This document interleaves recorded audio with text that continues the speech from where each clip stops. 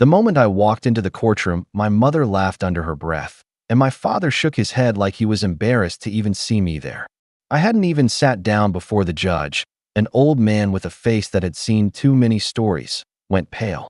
His hand trembled when he lifted his glasses, and he whispered, almost to himself, "Dear God, is that really him?"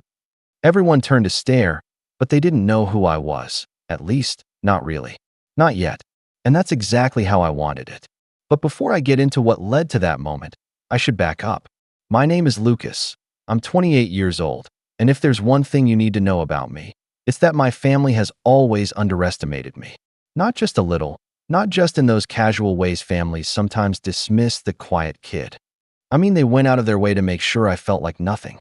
My older brother, Matthew, was the golden boy. Perfect grades, varsity athlete, always introduced at family gatherings as our pride and joy.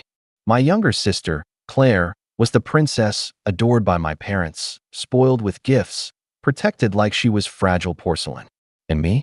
I was the middle child who became invisible, unless they needed someone to mock. Growing up, I got used to sitting at the table listening to my dad praise Matthew's basketball scores or my mom fuss over Claire's grades, while I silently poked at my food. If I tried to speak up, someone would cut me off. "Not now, Lucas." Or worse, my dad's favorite, "You just wouldn't understand." My own thoughts were background noise in my parents' perfect narrative. Even at Christmas, the gifts told the story. Matthew would get a brand new iPhone, Claire a designer bag, and me? A clearance sweater, usually the wrong size. My mom once even said, "Well, you never care about this stuff anyway," like it was a justification for her own neglect. But here's the thing. When you spend years being treated like a shadow, you start learning to observe. I watched everything. I noticed patterns. I saw the way my brother bragged, but never actually followed through. I saw how my sister's sweetness was more calculated than anyone wanted to admit. And most of all, I saw my parents' blind spots. They assumed I was dumb. That gave me a kind of freedom they didn't realize.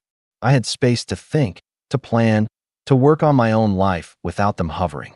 It hurt too much to be ignored, but in a twisted way, it gave me the quiet I needed to build something they never expected. The disrespect didn't just stop when I became an adult. If anything, it got worse. When I was 22, I started my own small business. Nothing flashy at first, just online consulting, a mix of IT troubleshooting and security work that grew out of side gigs in college. I poured everything into it. Late nights, endless research, cold calls, rejection after rejection until finally, it started paying off. Within 3 years, I was pulling in 6 figures. By 26, I'd scaled enough to hire a team, and suddenly I wasn't just surviving, I was thriving.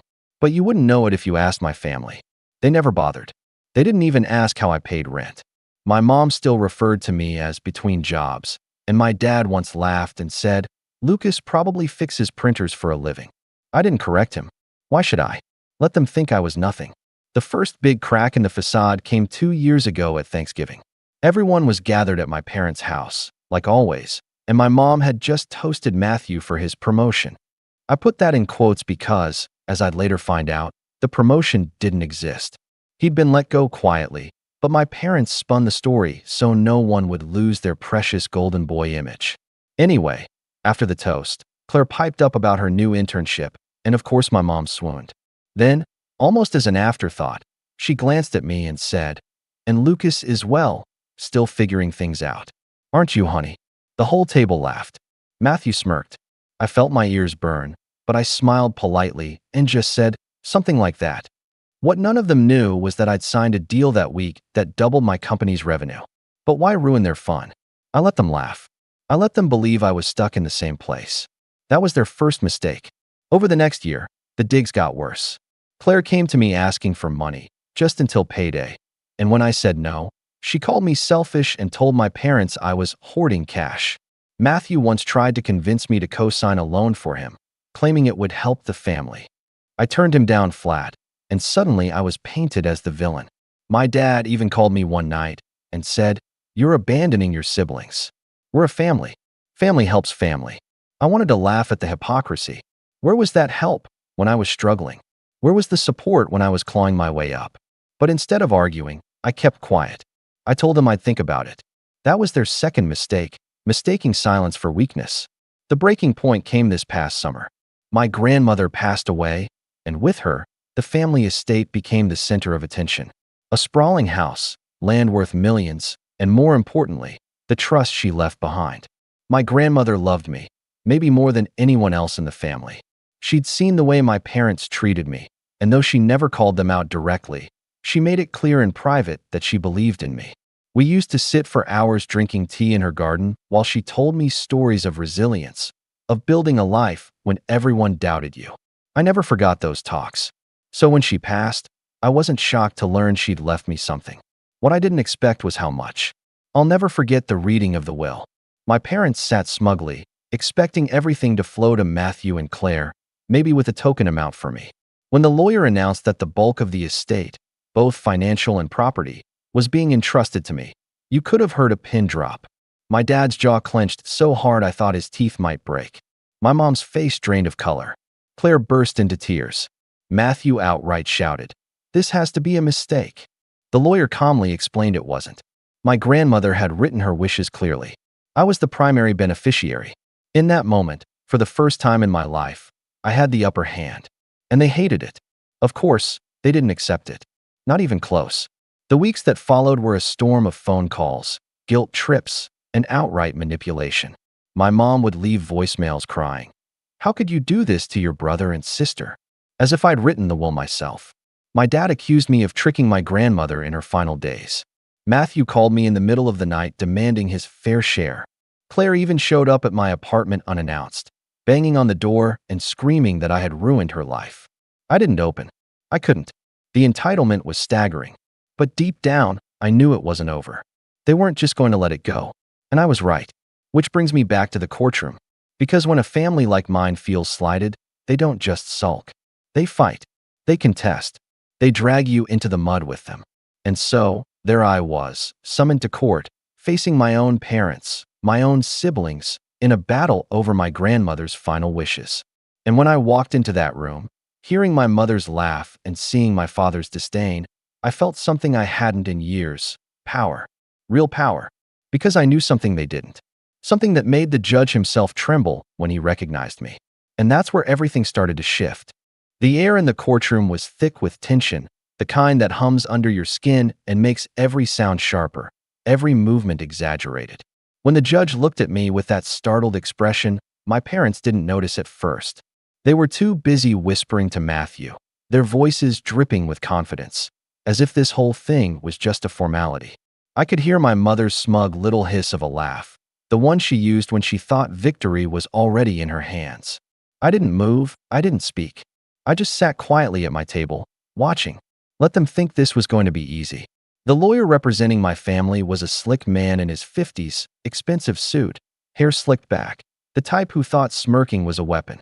He stood, introduced himself, and immediately launched into a speech about undue influence and unfair manipulation. Every word was crafted to paint me as the villain. Me, the invisible son who supposedly had wormed his way into my grandmother's trust.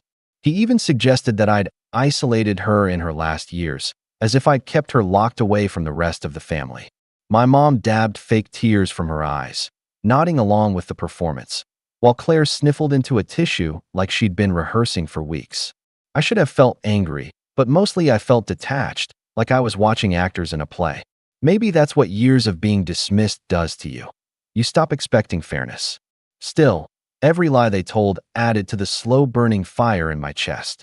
They were trying to erase every good thing I'd built with my grandmother, every quiet afternoon in her garden, every story she'd told me about resilience. Those memories were real, and they mattered, but here in this sterile courtroom, my family was trying to rewrite them into something sinister. Matthew was called to the stand first, and he strutted up there like he was giving a motivational speech. He looked the judge right in the eye and said, "My grandmother always loved us equally. She never would have singled Lucas out like this unless he pressured her." He paused dramatically, as if expecting gasps, then leaned in. "He's always been resentful, always jealous. This is just his way of finally getting back at us." I almost laughed. Jealous? Of what? Of his promotion that didn't exist? Of the years he coasted on praise while doing nothing meaningful with his life? But I kept my mouth shut. Let him dig his own grave. Then Claire took her turn. Her voice trembled, delicate and fragile, the perfect performance of a wronged little sister. Grandma promised me she'd help me with school. She told me she wanted me to have a good life. And then suddenly everything went to Lucas. It doesn't make sense. She sniffled loudly, glanced at my parents for reassurance, and added, he never even cared about family until there was money involved. That one stung. Not because it was true, but because it was the exact opposite of the truth. I cared too much. I had spent years trying to be part of this family, trying to be noticed, included, loved. They were the ones who shut me out, who laughed at me, who minimized everything I did. And now, in front of strangers, they had the audacity to call me the heartless one. By the time my mom took the stand, I knew exactly how this show was going to play out. She sighed dramatically, clutching her tissue, and said, Your Honor, he's always been troubled. He doesn't like to admit it, but he's had difficulties since he was young. We tried to help him, we really did, but he pushed us away. And my mother, God rest her soul, she was vulnerable at the end. He must have convinced her. There's no other explanation. My father, when he spoke, didn't even bother pretending sadness. He leaned forward, voice sharp, every word a blade. This is about fairness. Lucas has never carried his weight in this family. He's never sacrificed, never supported anyone else. And now he wants to take everything for himself. That isn't right. That isn't what my mother-in-law wanted. The irony was so heavy it nearly crushed me. The same man who never once showed up for me, who ridiculed me for years, was now lecturing me about sacrifice. I wanted to stand up and shout, to lay out every moment of neglect, every time I'd been mocked or dismissed. But instead, I sat quietly, hands folded, waiting for my turn. Because I knew something they didn't. Something that made the judge pale when he recognized me. And I wasn't going to waste it on an outburst. As the testimonies continued, I noticed the small things. The way my mother avoided my eyes, afraid of what she might see there. The way Matthew's voice shook slightly when pressed on his so-called promotion. The way Claire clung to my mother's hand like a child, even though she was a grown woman. Their stories were rehearsed, polished, but brittle. If you looked closely, the cracks showed. And I was more than ready to press on those cracks until the whole thing shattered. Still, the favoritism was undeniable. Even in court, my parents treated Matthew and Claire like victims, like porcelain dolls who needed protecting. I was the villain in their story, the shadowy figure who had corrupted everything. When recess was called, my father leaned across the aisle and muttered, just loud enough for me to hear, You think you've won. You're nothing, Lucas. Always have been, always will be. My mother smirked beside him, whispering something to Claire that made her giggle. They wanted me to break, to lash out, to prove their story right. I didn't give them the satisfaction. I just smiled, because I could feel the tide turning, even if they couldn't. That night, back at my apartment, I couldn't sleep. My mind replayed every word they said, every lie, every accusation. I thought about the years of being dismissed, about the countless times I'd walked away from family gatherings with a pit in my stomach, wondering why I wasn't enough.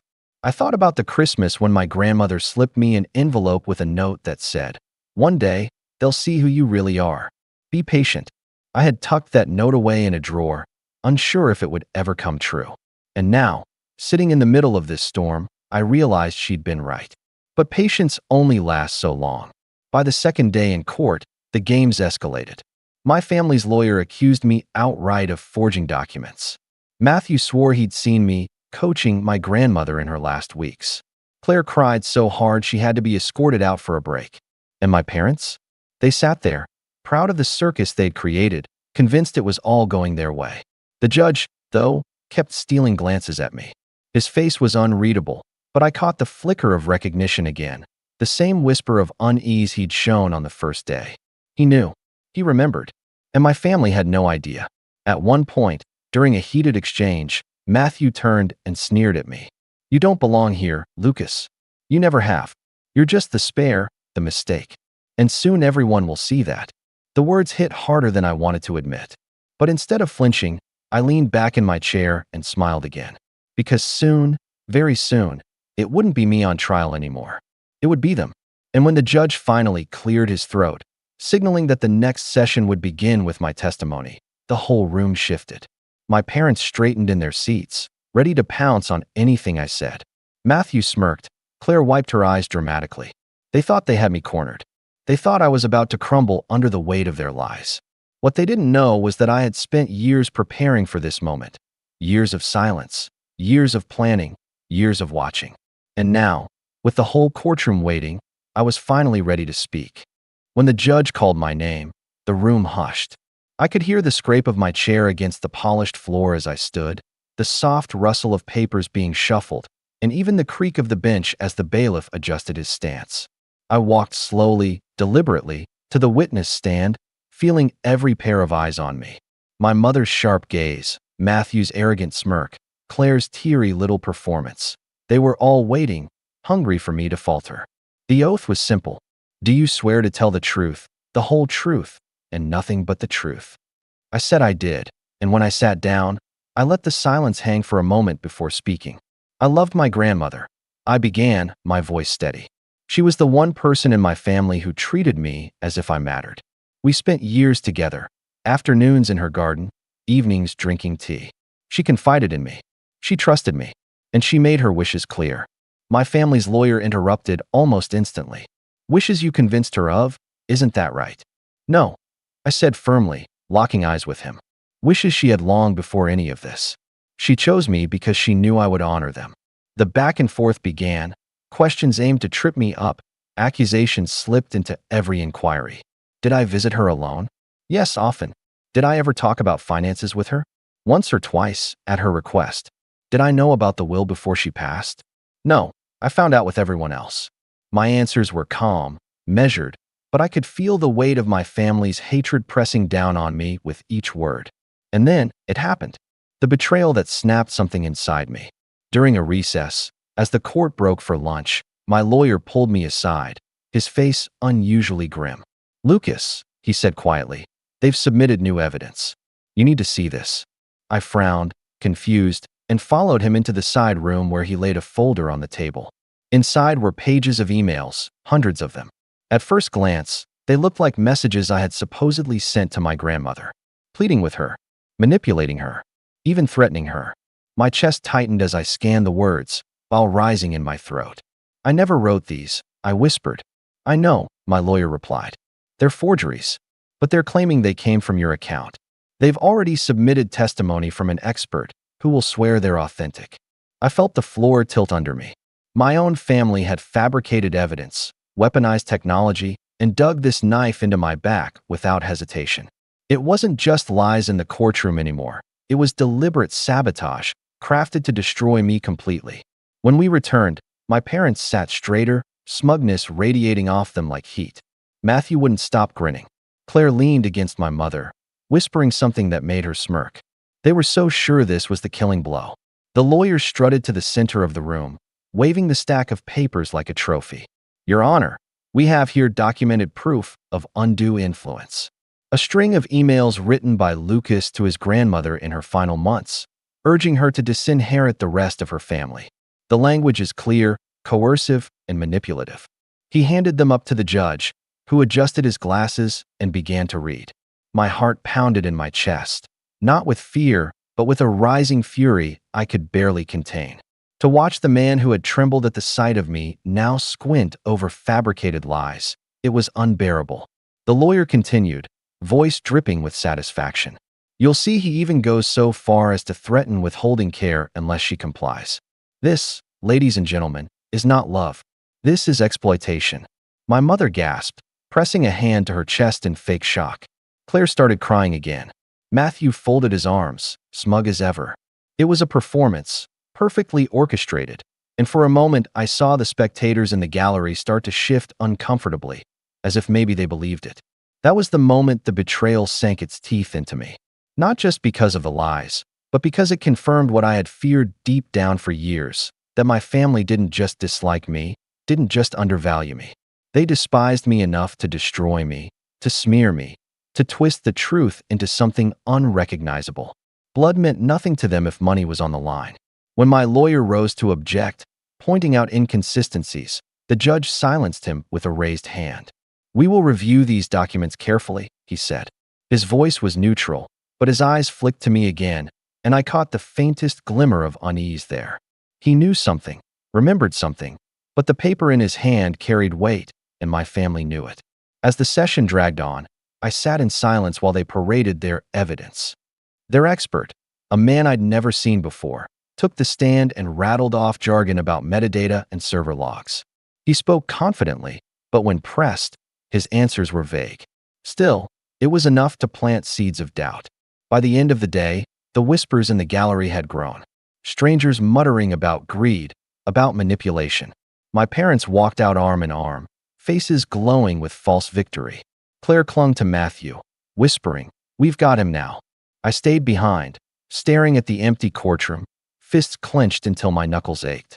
The betrayal cut deeper than any insult they'd ever thrown at me. This wasn't about inheritance anymore. It wasn't about the will. This was about erasing me completely, about painting me as the villain so they could walk away clean. That night, alone in my apartment, I sat in the dark and thought about every moment that led here. The times they laughed at me, the gifts that told me I didn't matter, the holidays where I was invisible, and now, this, a deliberate attempt to frame me, to ruin me. My grandmother's note echoed in my mind. One day, they'll see who you really are. I knew then that the patience she had urged me to keep was over. They had crossed a line. There was no going back. The next morning in court, as I walked past my family, Matthew leaned close enough that only I could hear. "It's over, Lucas. Nobody believes you. You're finished." His grin was wide, cruel, and certain. I didn't respond. I didn't even look at him. I just walked to my seat, calm on the outside, but inside something had shifted permanently. Because I wasn't finished. Not even close. And when the judge announced that the next session would allow me to submit my own evidence, I finally felt the faintest trace of a smile curve across my lips. My family thought their betrayal was the end of me. They had no idea it was just the beginning. When I got home that night after the forged emails were introduced, I didn't bother turning on the lights. The apartment felt colder than usual, empty in a way that pressed on my chest. I sat on the edge of my bed still in my courtroom clothes, staring at the floor like it might offer some answers. My phone buzzed on the nightstand, messages piling up from friends who had caught whispers about the trial, from old classmates who had seen something online, even from a couple of distant relatives fishing for gossip. I didn't reply to any of them. What was I supposed to say? That my own family was trying to bury me alive in lies. For the first time in years, I felt small again. Powerless. The same way I used to feel at the dinner table when my voice was drowned out by praise for Matthew and Claire. The courtroom, the judge's pale stare, the whispered gasps when those forged emails were read aloud. It all replayed in my mind like a cruel loop. I tried to sleep, but every time I closed my eyes, I saw my grandmother's handwriting on that note. One day, they'll see who you really are. And all I could think was, what if she was wrong? What if they succeeded in twisting everything until even strangers believed them? The following morning, I dragged myself to court with heavy steps. My suit felt stiff, my tie too tight, and the fluorescent lights overhead only sharpened the pounding in my skull.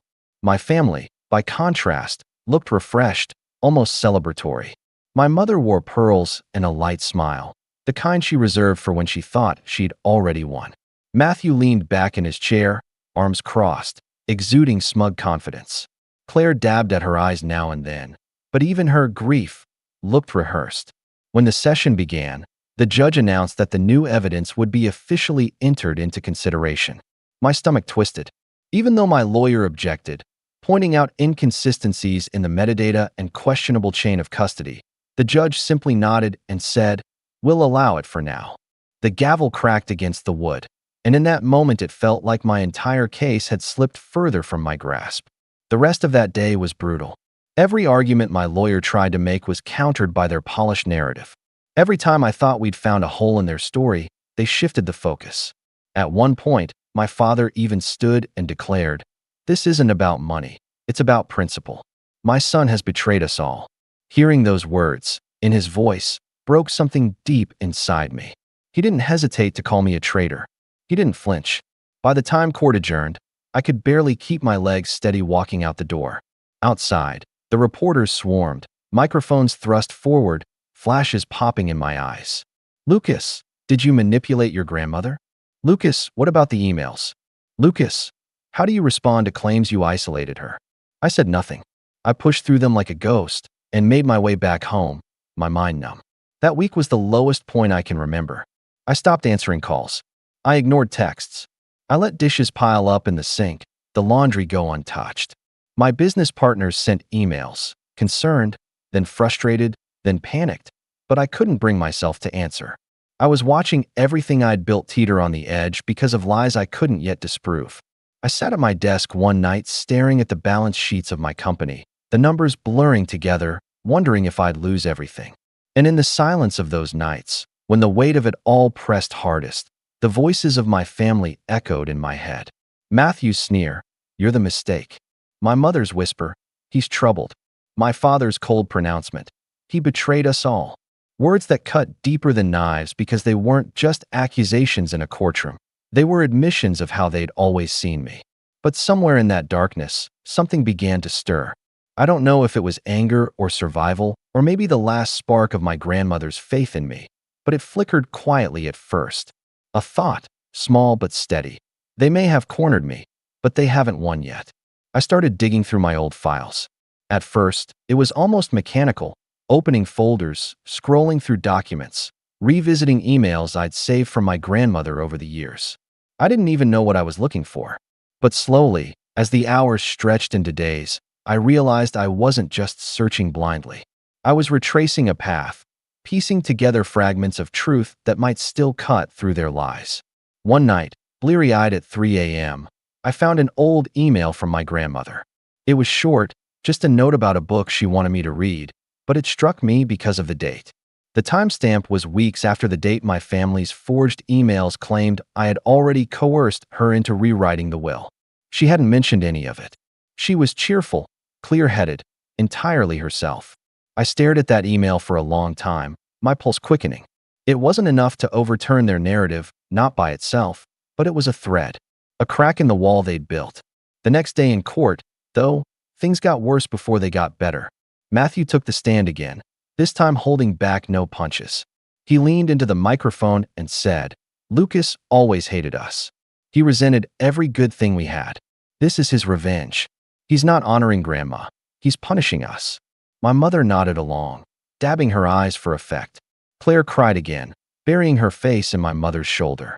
I sat there, motionless, feeling the whispers ripple through the gallery again. To them, maybe I did look like the villain. The quiet son, the black sheep, suddenly inheriting everything while the golden boy and the princess were left behind. It was a story that almost wrote itself. And sitting in that courtroom, I realized just how far they'd go to make sure it stuck. That night, back in the darkness of my apartment, I felt the weight press hardest again.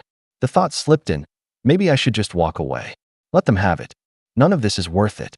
The money, the estate, the trust, none of it could erase the poison of standing across from my own family, listening to them dismantle me piece by piece. For a long while, I sat with that thought, wondering if surrender would be easier. But then I remembered the look in my grandmother's eyes the last time I saw her. Clear, steady, almost defiant. She had leaned close and whispered, "Don't let them define you." And just like that, the flicker inside me grew stronger. No, I wasn't going to walk away. Not yet. So I started quietly planning. Not loudly, not with grand gestures. Just small, steady steps. I called an old friend from college who now worked in cybersecurity. I asked questions, careful and vague at first, about how digital forgeries might be unraveled. I revisited my grandmother's letters and documents, searching for patterns, details only she and I would know. I didn't tell my lawyer everything yet. I wanted to be sure before I made any promises. Outwardly, though, I let my family believe they were winning. I sat silent in court, shoulders heavy, gaze lowered, the image of a man defeated. And it worked. I could see the confidence swell in them, the whispers between sessions about dividing up the estate, about what they'd do once I was out of the way. They thought they'd broken me completely. And in a way, they had. But what they didn't realize was that rock bottom isn't just the lowest point. It's also the foundation. And from a foundation, you can build. The day the judge announced that we'd moved to closing arguments within the week, my parents smiled. Matthew nodded in satisfaction, and Claire squeezed my mother's hand. To them, the game was already over. But as I walked out of that courtroom, the late afternoon sun blinding my eyes, I felt something shift inside me. The suffering was still heavy, The betrayal still raw, but beneath it all, the quiet beginnings of a plan were taking shape. They thought they'd buried me. What they didn't know was that I was planting roots. The morning after the judge announced that closing arguments were only a week away, I woke up with a strange kind of clarity. The heaviness was still there, yes, but dulled, almost background noise.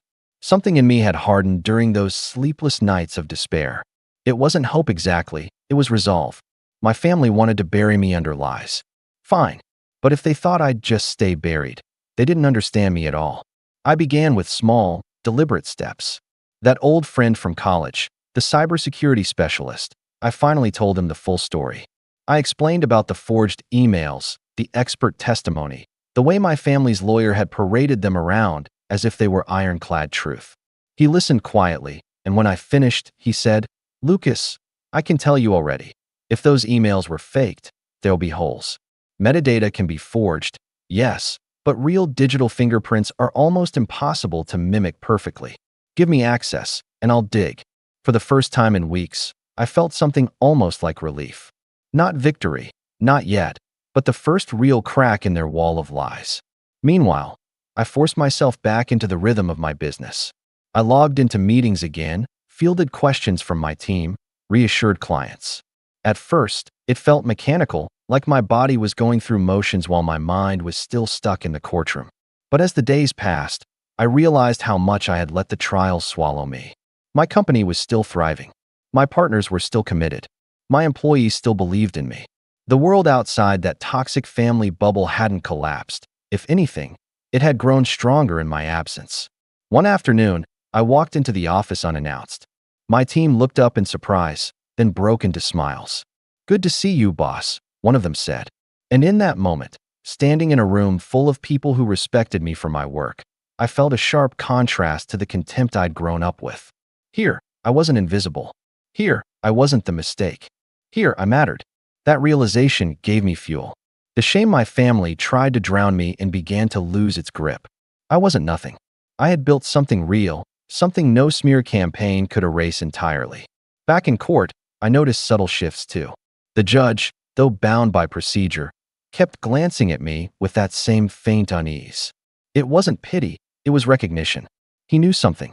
And every time my family's lawyer grew more arrogant, every time Matthew sneered across the aisle, every time Claire dabbed her eyes with theatrical precision, I sensed the tide beginning to shift, if only slightly. One key moment came when my lawyer cross-examined the so-called expert who had authenticated the forged emails. Calmly, methodically, he asked questions about the server logs, the timestamps, the supposed IP addresses. The man gave answers, but they were vague, overly rehearsed. When pressed about whether he personally verified the email headers, he stammered. The gallery noticed. I noticed the judge lean forward slightly, pen hovering over his notepad. It wasn't a knockout blow, but it was the first dent in their armor. That night, my cybersecurity friend sent me a message. "I found something. Call me." My heart pounded as I dialed. He explained that while the emails were convincing on the surface, the metadata told a different story. Certain formatting errors, character encodings, even inconsistencies in the server paths, they were red flags. "These weren't written by you," he said. "They weren't even written during the time they claim. Whoever forged these didn't account for how your provider stamps outbound mail." I closed my eyes, letting the words sink in. Proof. Real proof. It wasn't enough yet. I knew we'd need a meticulous, airtight presentation, but it was the foothold I'd been waiting for. From that point on, the weight on my chest began to lift. I walked into court the next day with straighter shoulders. My family noticed.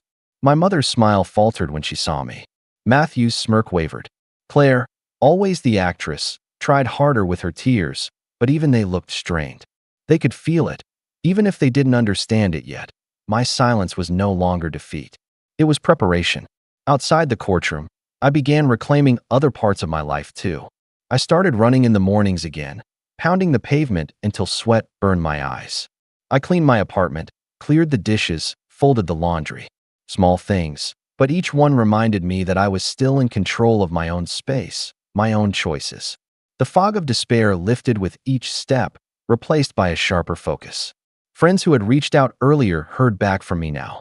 I grabbed coffee with an old colleague who told me, "I've seen the news, But I know you, Lucas. You don't need to explain. That kind of loyalty, that kind of belief, it was something my family had never given me. And it made me even more determined to fight. In court, the momentum continued to tilt, slowly but surely. My lawyer introduced character witnesses, old professors, business partners, even a neighbor from my grandmother's block. They painted a picture of me not as some manipulator, but as the quiet, steady presence I had always been. One neighbor in particular, an elderly woman who had shared tea with my grandmother often, testified that she had overheard my grandmother praising me repeatedly. She said Lucas was the only one who visited without expecting anything. The only one who listened. That testimony hit hard. I saw it in the gallery's faces. I saw it in the judge's pen scratching more notes. And for the first time, I saw my mother's mask crack. She pressed her lips together so tightly they went white. By the end of that week, the narrative had shifted. My family still pressed their lies, still clung to their forgeries, but doubt had been planted. The certainty they once carried began to fray at the edges. And through it all, I stood calmer, stronger, my silence no longer the silence of defeat, but of someone waiting for the right moment. Privately, I continued working with my cybersecurity friend, compiling a report that detailed every inconsistency, every timestamp error, every impossible encoding. It was meticulous, technical, airtight. When I handed the draft to my lawyer, he read through it slowly, then looked up at me with something close to admiration. "Lucas," he said, "this could change everything." And still, I kept quiet in the courtroom. I let my family believe they were winning, that I was cornered, that the forged emails were the nail in my coffin. I sat through their sneers, their whispers, their smug glances, because I knew something they didn't, that their entire strategy was about to collapse under its own weight. But beyond the legal battle, something else was rising in me too, a confidence I hadn't felt in years. I wasn't just surviving anymore. I was building, reclaiming. Every run I took, every meeting I rejoined, every late-night conversation with allies reminded me that I wasn't defined by their lies. I was defined by what I had built, by the truth my grandmother had always seen. And as the week drew to a close, with closing arguments looming, I walked out of the courthouse into the sunlight and felt something I hadn't in months. Power. Not loud, not flashy, quiet, steady, unshakable.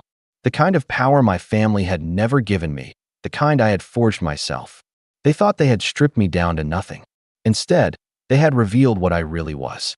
And when the time came, I knew I would show them exactly what that meant. The closer we got to closing arguments, the more the tension in the courtroom turned electric. You could almost taste it in the air, like the charge before a thunderstorm. My family carried themselves with the same smug arrogance, but I could see the cracks widening. Matthew's jokes between recesses were forced now, his laugh a touch too loud. Claire's tears came quicker, less controlled, as though the performance was slipping. My mother fussed endlessly with her pearl necklace, her composure fraying at the edges. And my father, always the stern patriarch, snapped at Matthew once under his breath, a sharpness in his tone I'd never heard directed at the golden boy before. They still thought they were ahead, but their confidence wasn't the unshakable wall it had been. It was a mask, and I had spent a lifetime learning to see through masks. Meanwhile, behind the scenes, my quiet plan was taking shape. My cybersecurity friend, his name was Raj, had worked day and night digging through every byte of those forged emails. What he uncovered was more than I could have hoped for. "Lucas," he said one night over a video call, his voice tinged with both excitement and disbelief. "Whoever made these didn't just forge your words. They were sloppy. I found copy-paste artifacts in the source code. And here's the kicker.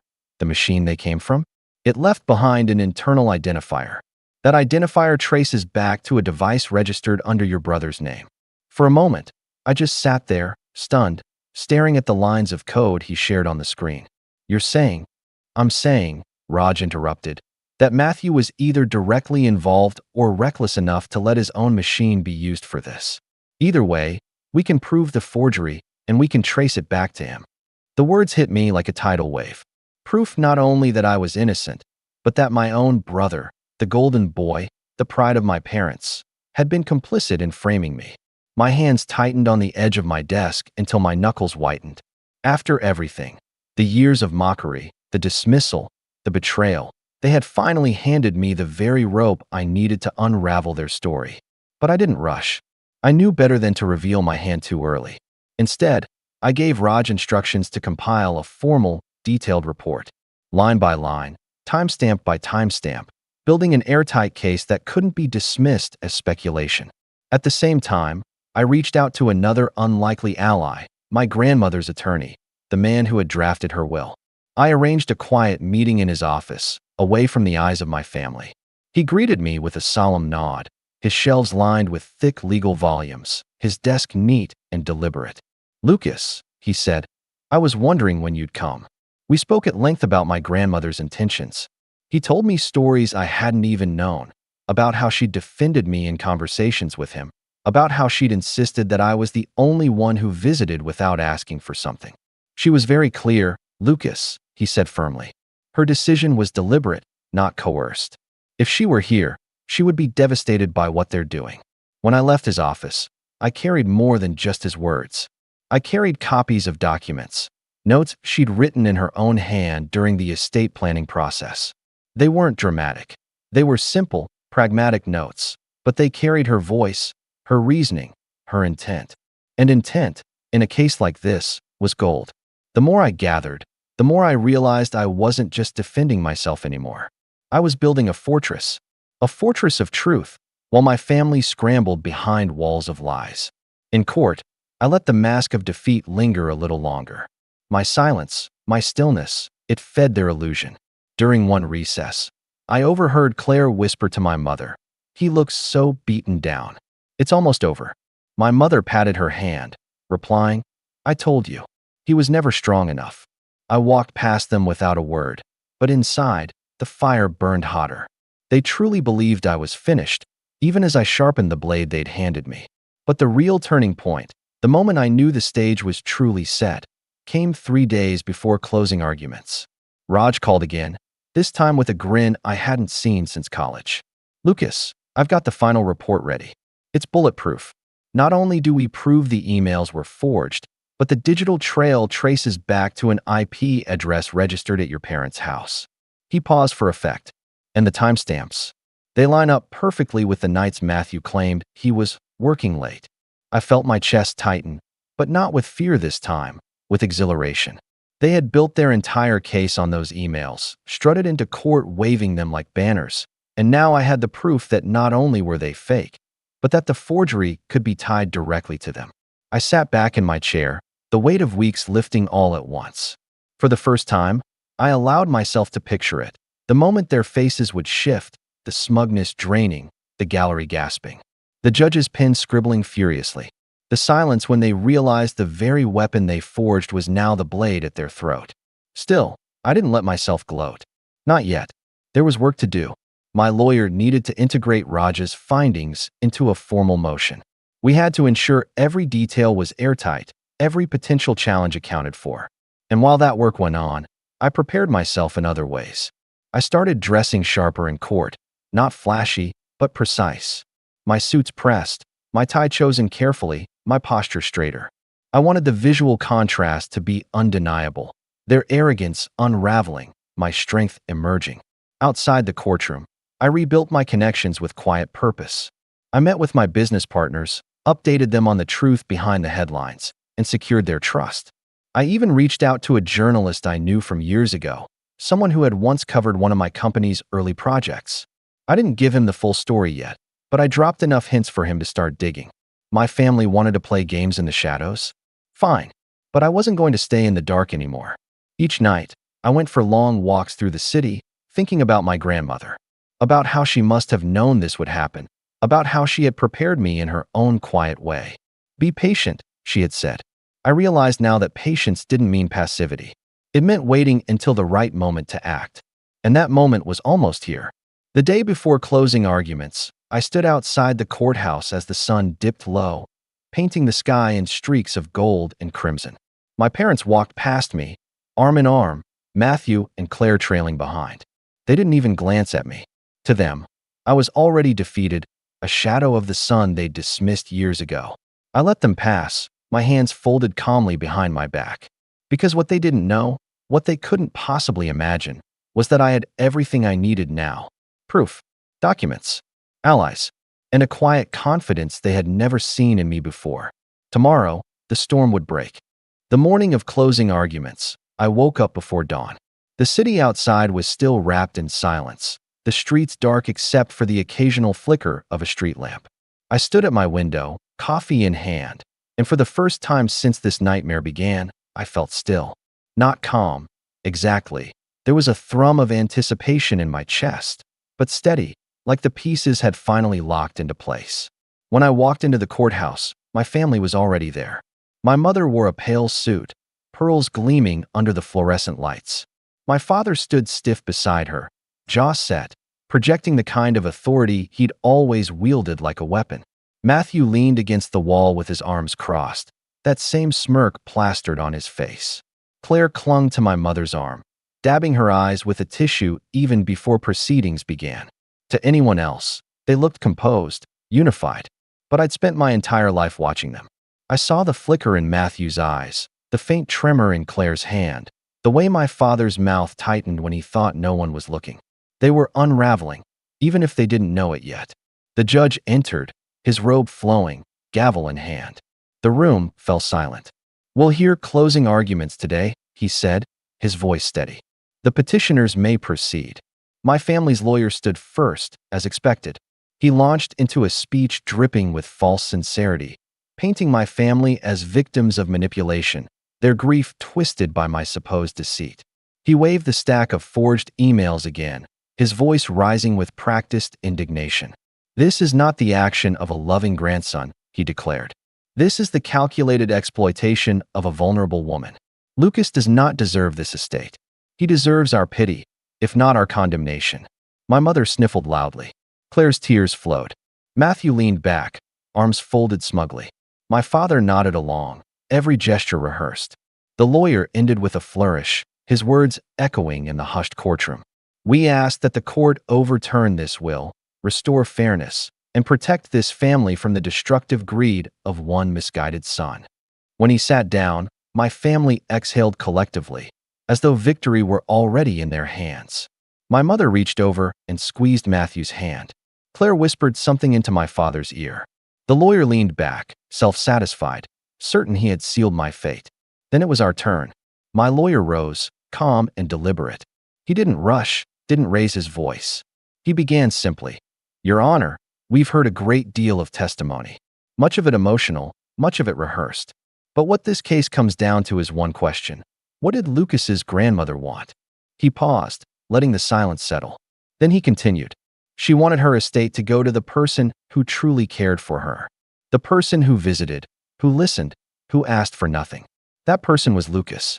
And while the petitioners have tried to distract this court with accusations, with performances, with manufactured evidence, today, we will show the truth." He gestured to me. I stood slowly, my hands steady, and walked to the front. My lawyer handed me a folder. Inside were the documents Raj had prepared, the technical report tracing the forged emails back to Matthew's machine and my parents' house. I held the folder for a moment before speaking. "Your Honor," I said, my voice steady, "my family has accused me of manipulation. They've submitted emails they claim I wrote.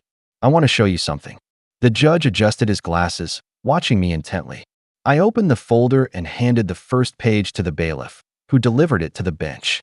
"This is a technical analysis conducted by a certified cybersecurity specialist.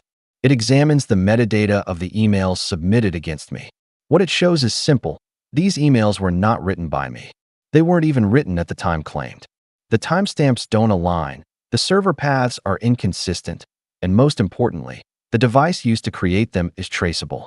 Traceable to a machine registered under my brother's name." The room erupted in whispers.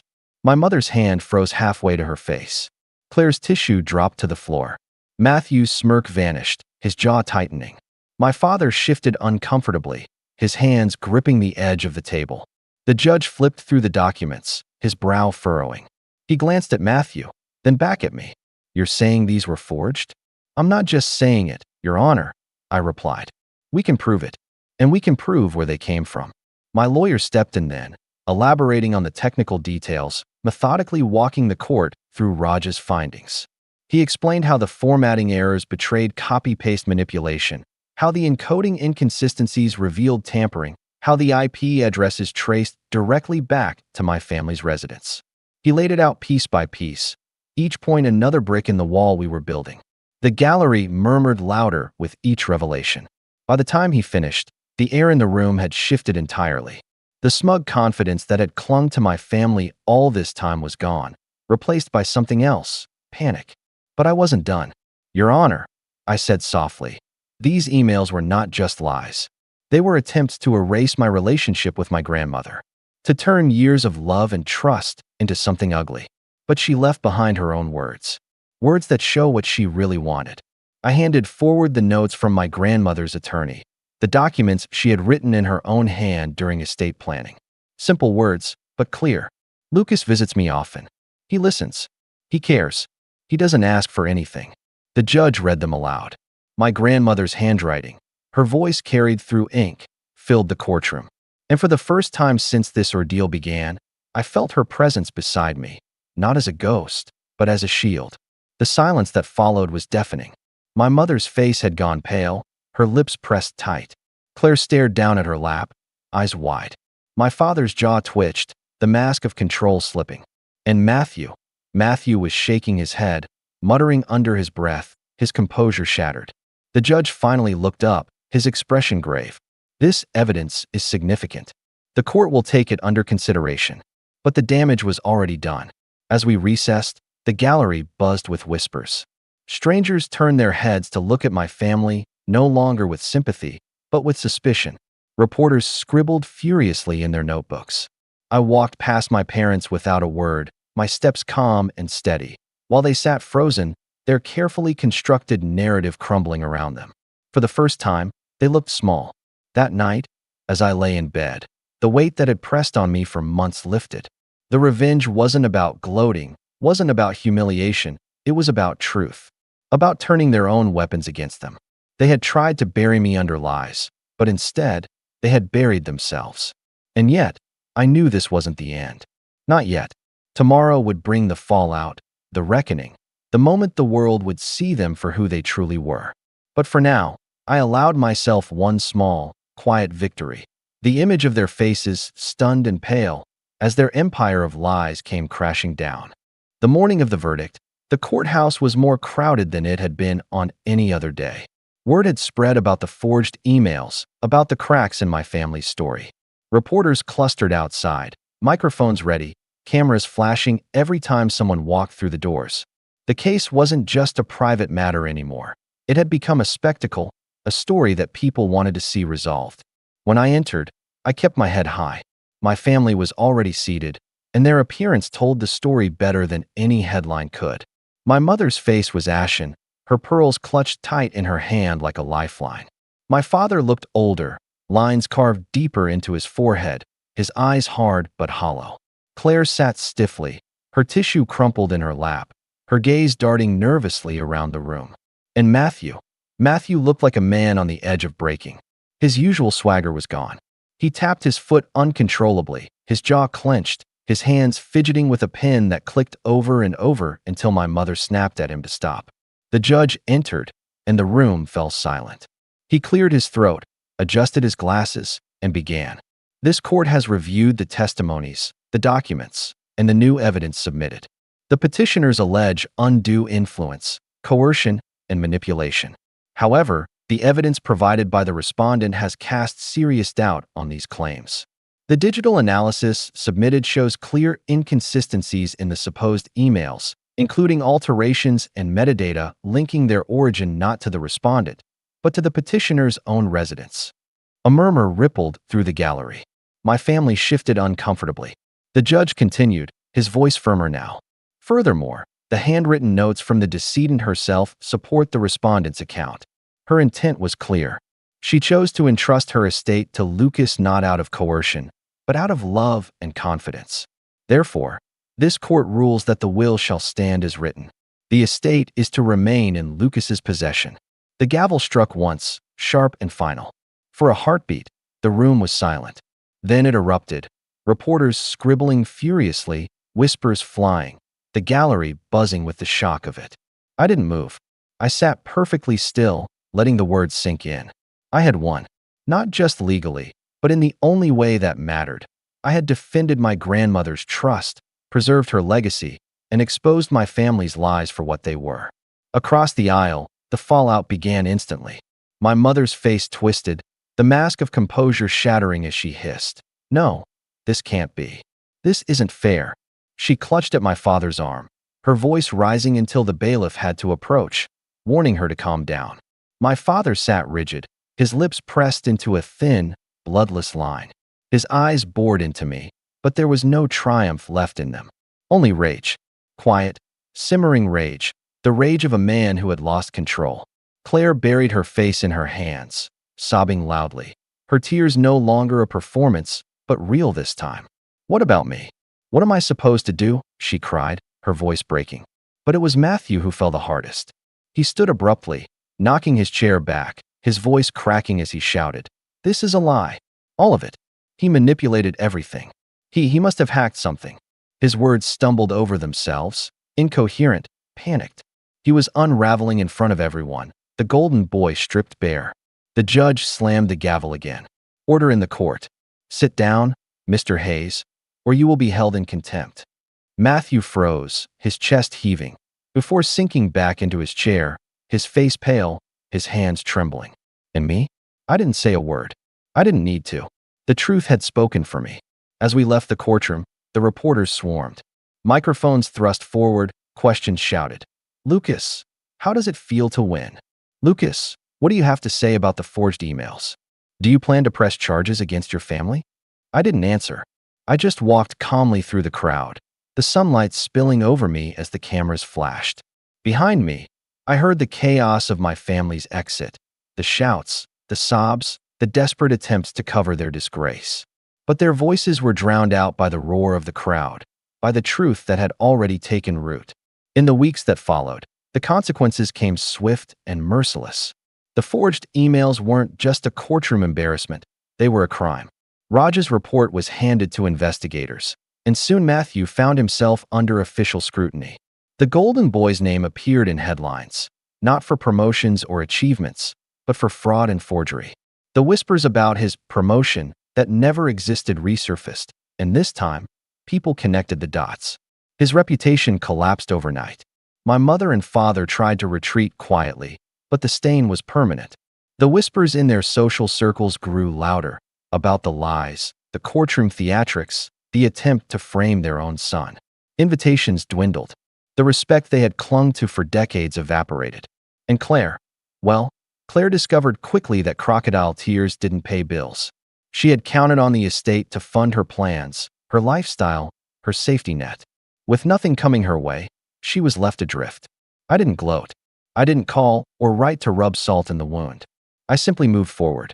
I expanded my business, invested in the estate, and opened the old house to the community, just as my grandmother had always dreamed. Her garden bloomed again, vibrant and alive, a living memory of the afternoons we'd spent together.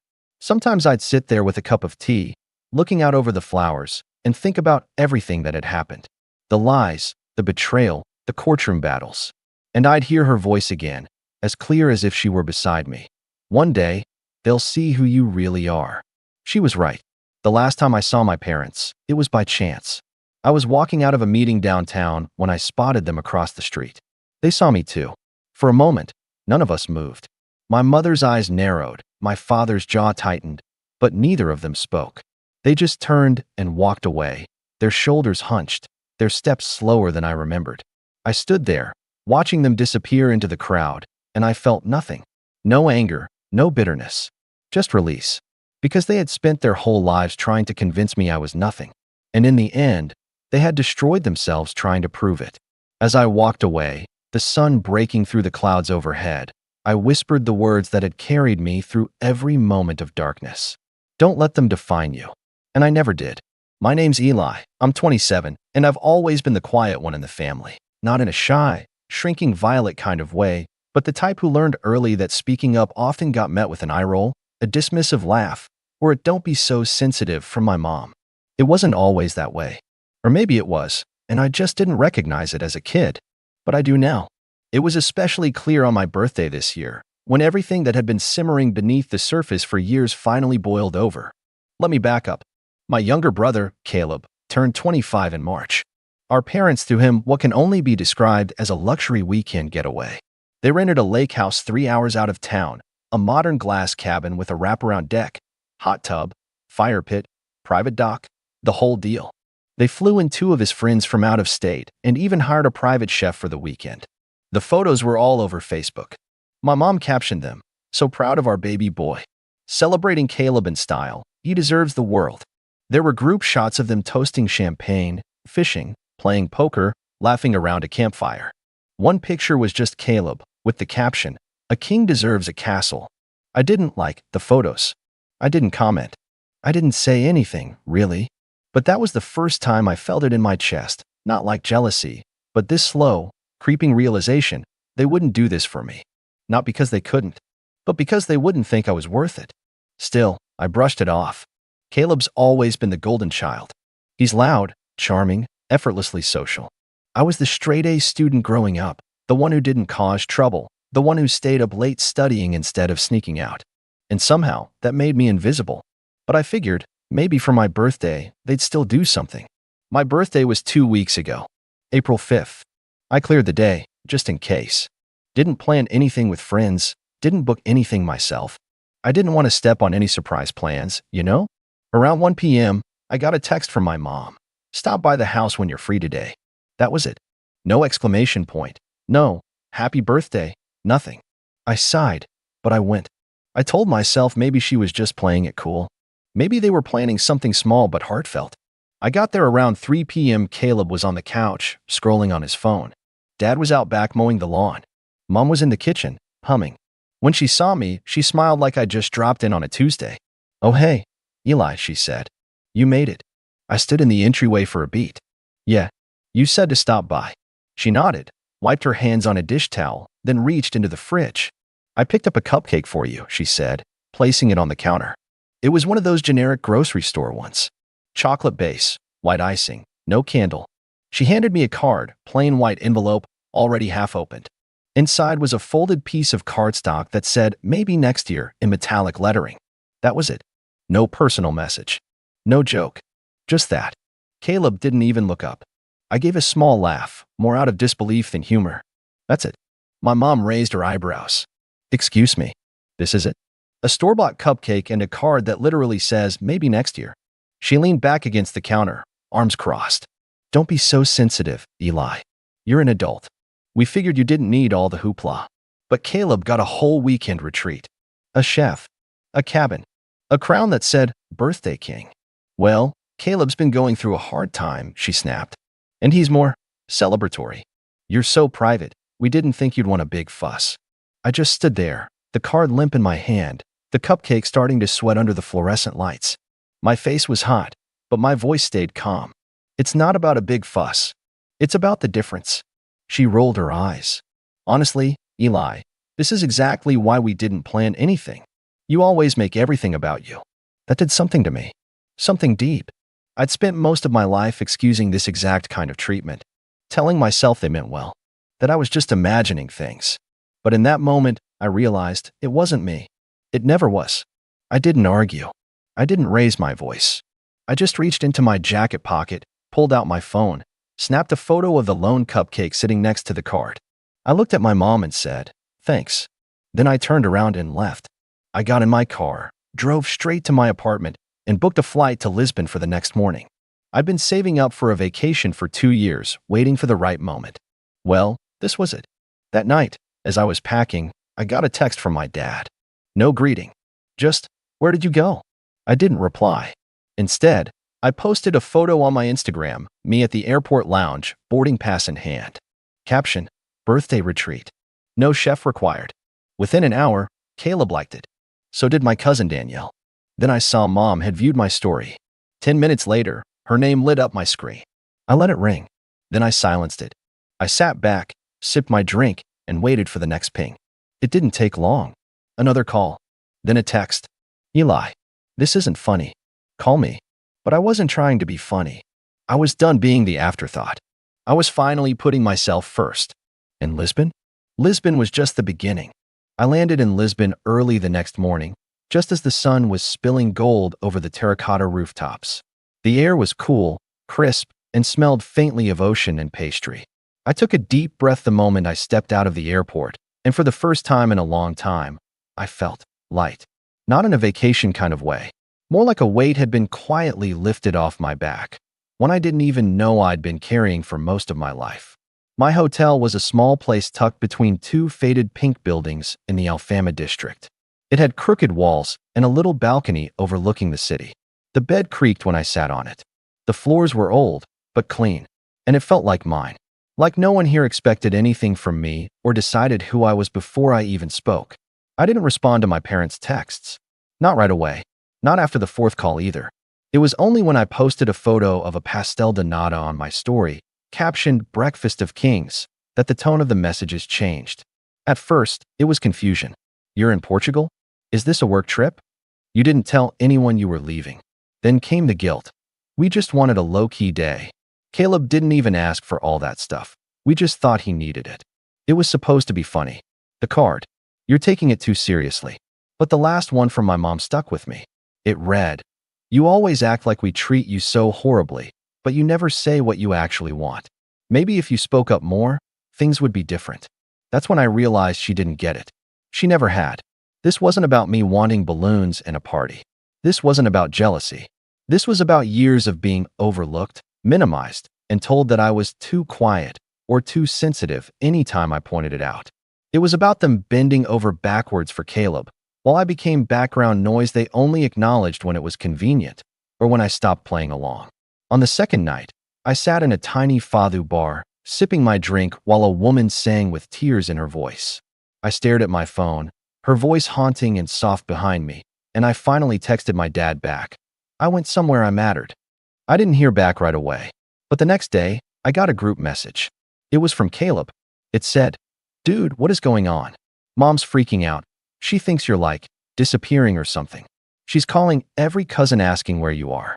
And why are you being so dramatic? It was just a cupcake. Grow up." I didn't answer that one either. Instead, I scrolled through Airbnb and extended my stay. 2 more weeks.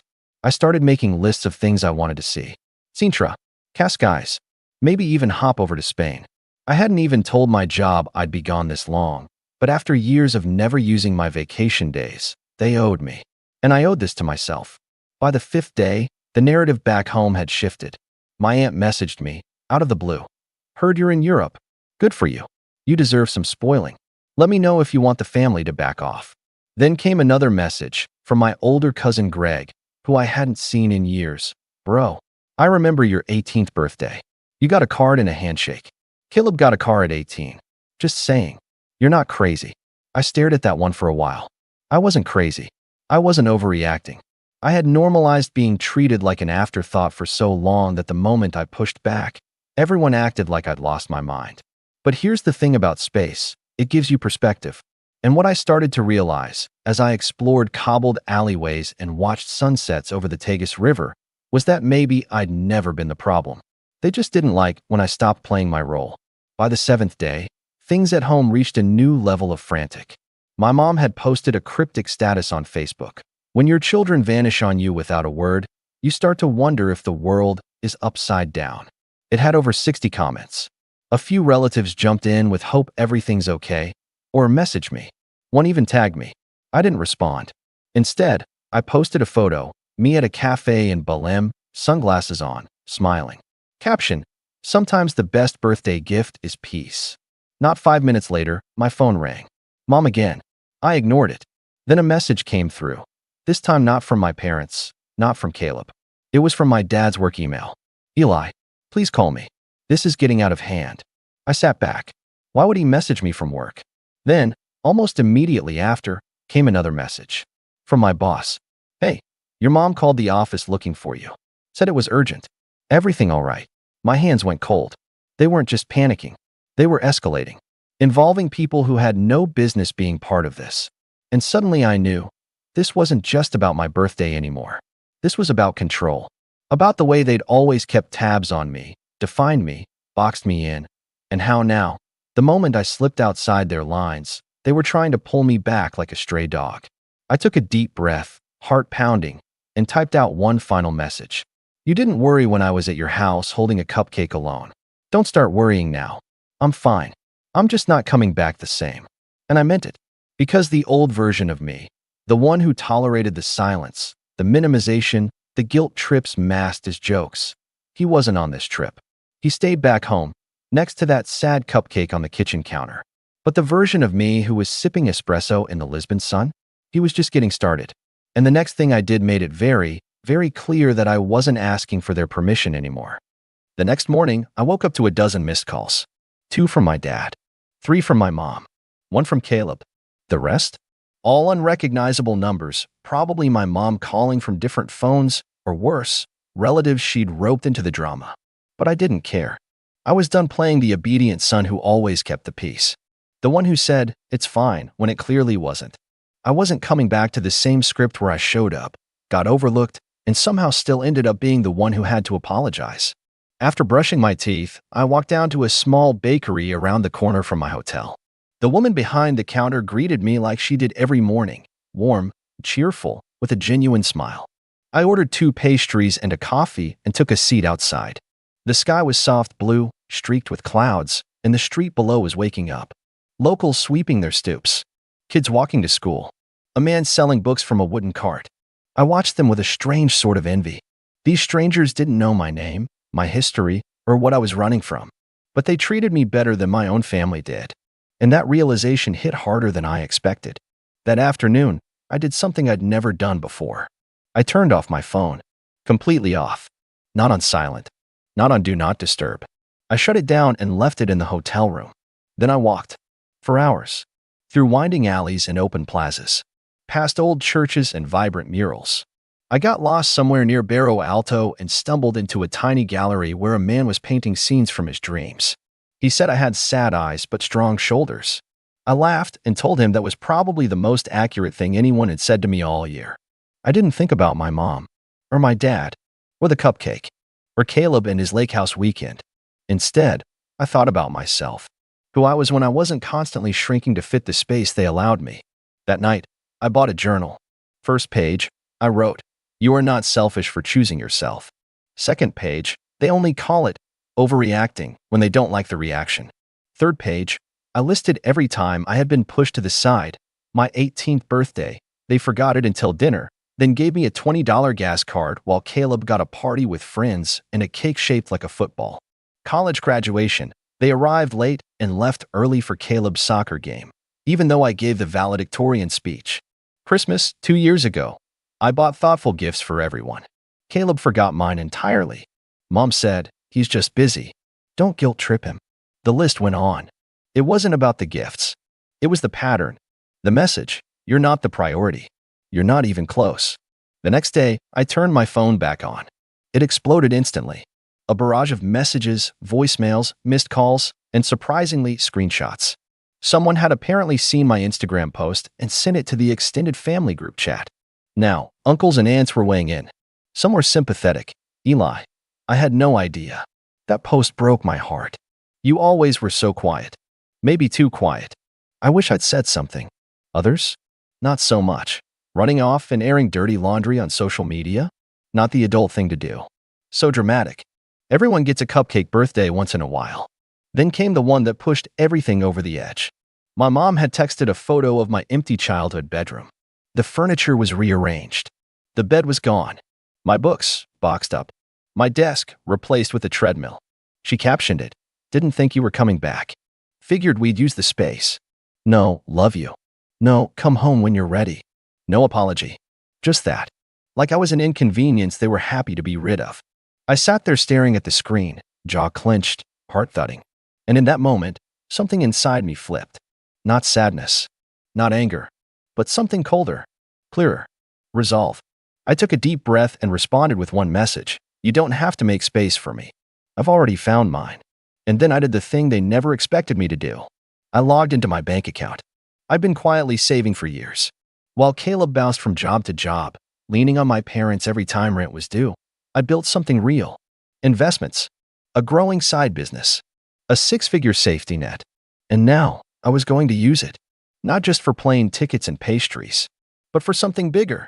A few calls, some paperwork, a leap of faith. By the end of the week, I signed the lease on a small apartment right in the heart of Lisbon. Brick walls, open windows, a writing nook overlooking the street. It wasn't fancy, but it was mine. And then I did one more thing. I drafted an email. A simple, polite message. Not angry, not dramatic. Subject, resignation notice. I explained I was pursuing new opportunities abroad and thanked them for everything. I didn't mention my mom, or her calls to the office, or how humiliating that was. But I think my boss understood. Her reply came 10 minutes later. "We'll miss you, Eli. But good for you. Go live your life." And that was it. The ties were cut.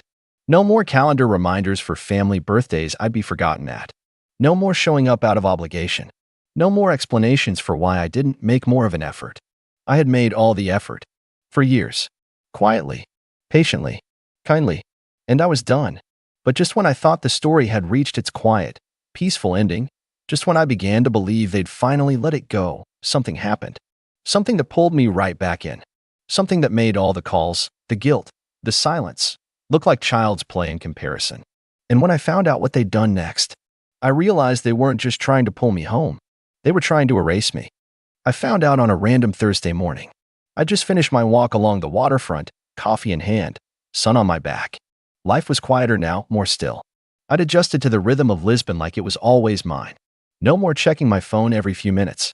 No more jumping at the sound of a buzz or wondering what kind of guilt trip would come next. I'd learned to live in the pause between breaths, to sit in silence without needing to fill it. But that morning, an email hit my inbox from an old college friend, Jason. We hadn't spoken in almost a year, but I remembered him being friendly with Caleb once upon a time. The subject line was short. "Saw this. Thought you should know." The email only had one sentence. "Your brother posted this." Attached was a screenshot of a Facebook post from Caleb. The caption read, "Family isn't about who runs off when things get hard. It's about who stays. I'm proud to be here, helping Mom and Dad rebuild after Eli's betrayal." Under it was a photo. My old room, painted over in a sterile shade of beige. The bookshelves cleared. My college diploma, which had hung on the far wall for years, was gone. In its place was a framed photo of Caleb shaking hands with some local business owner. The caption below that image read, "New beginnings." The comments were worse. "Aunt Marissa, so proud of you for stepping up. Eli always was different. My cousin's wife, shame he couldn't just talk to the family. Vanishing like that? Immature." And then the kicker from my own mother.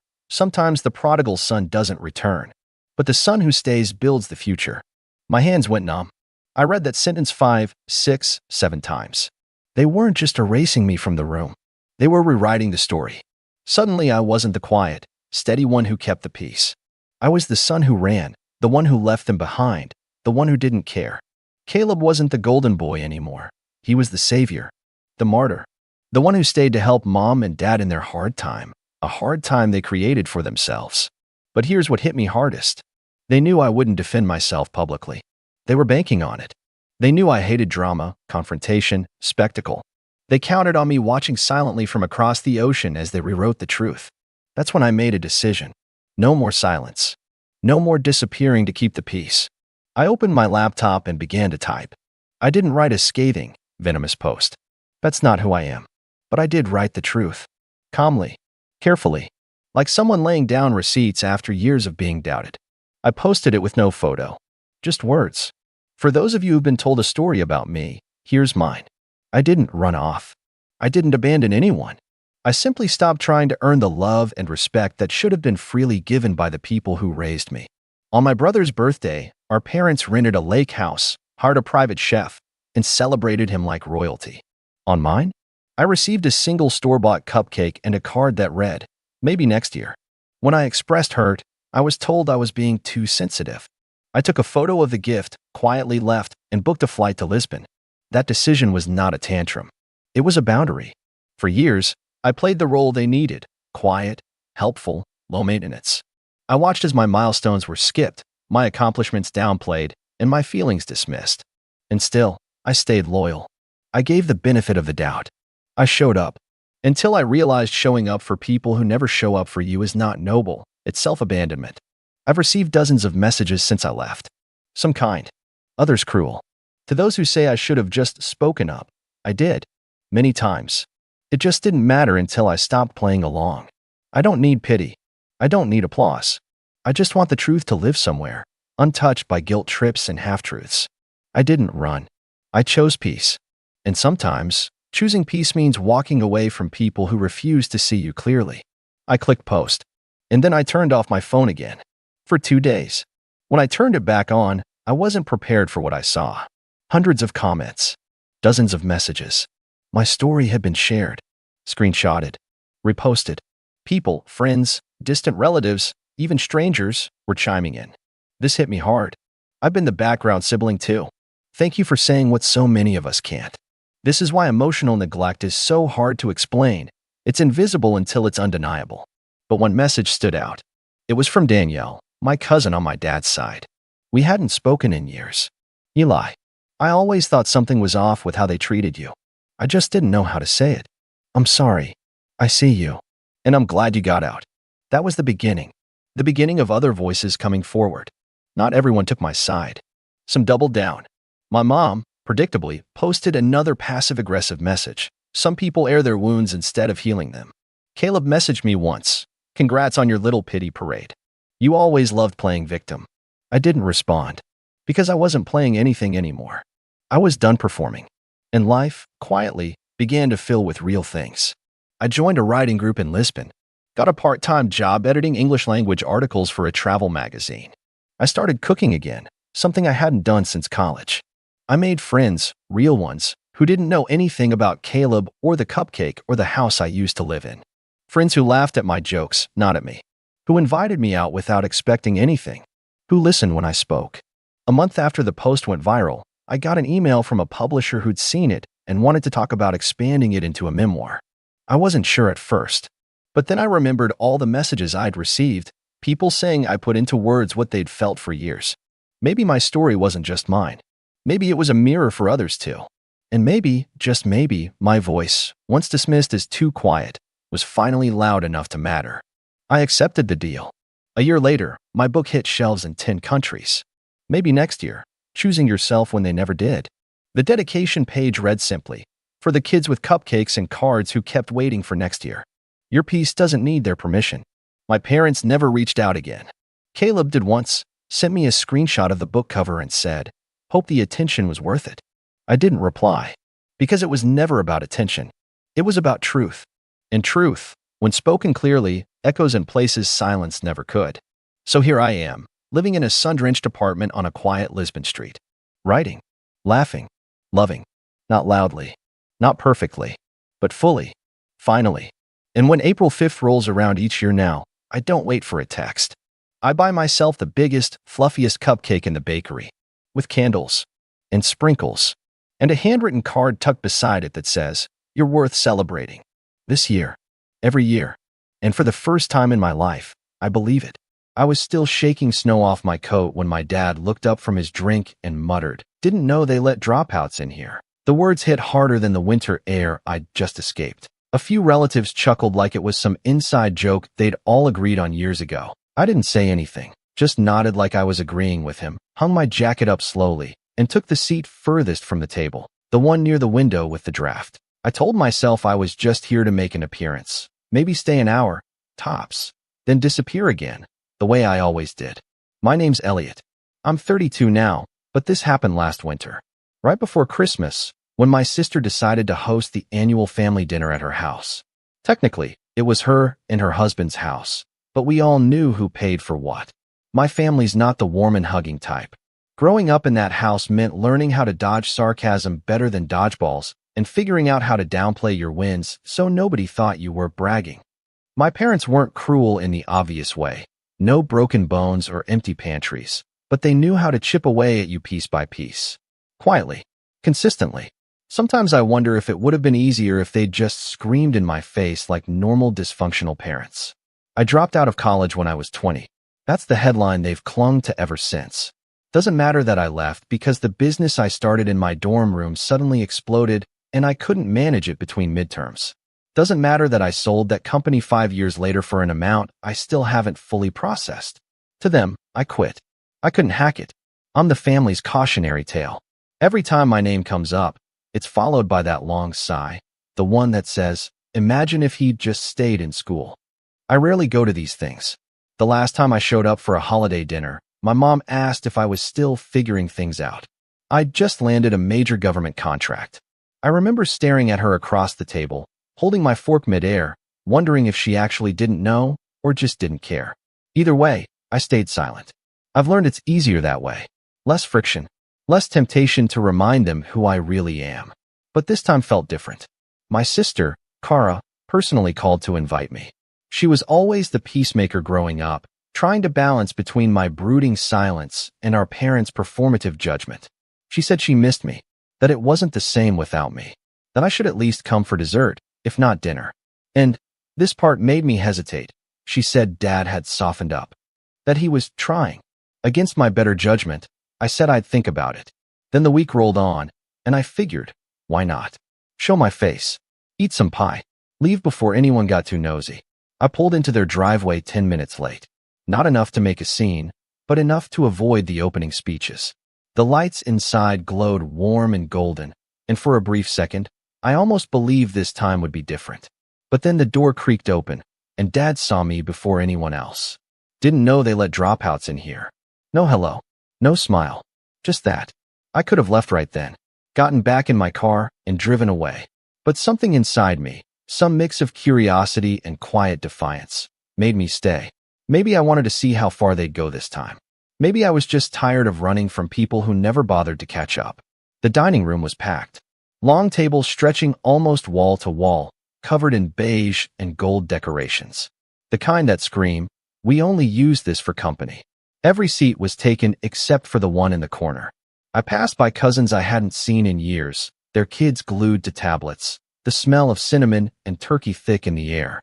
My mom barely glanced at me, just said, "Oh, you came," and turned back to her conversation about someone else's wedding. I sat, quiet, observing. I'd gotten good at that over the years. My cousin Ben was talking loudly about his promotion at some insurance firm.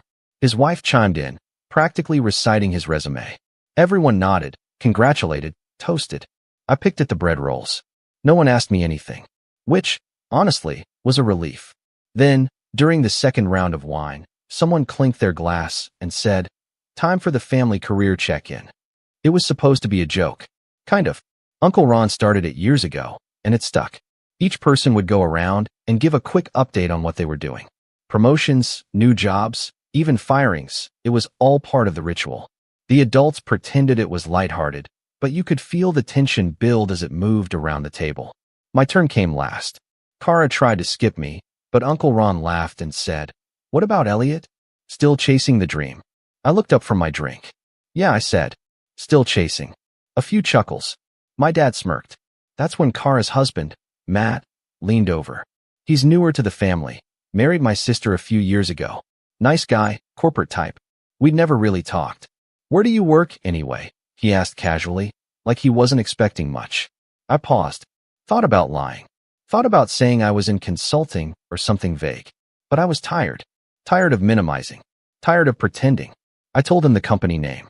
He blinked, then looked me over like I'd just spoken fluent Mandarin. "Wait," he said slowly, eyes narrowing.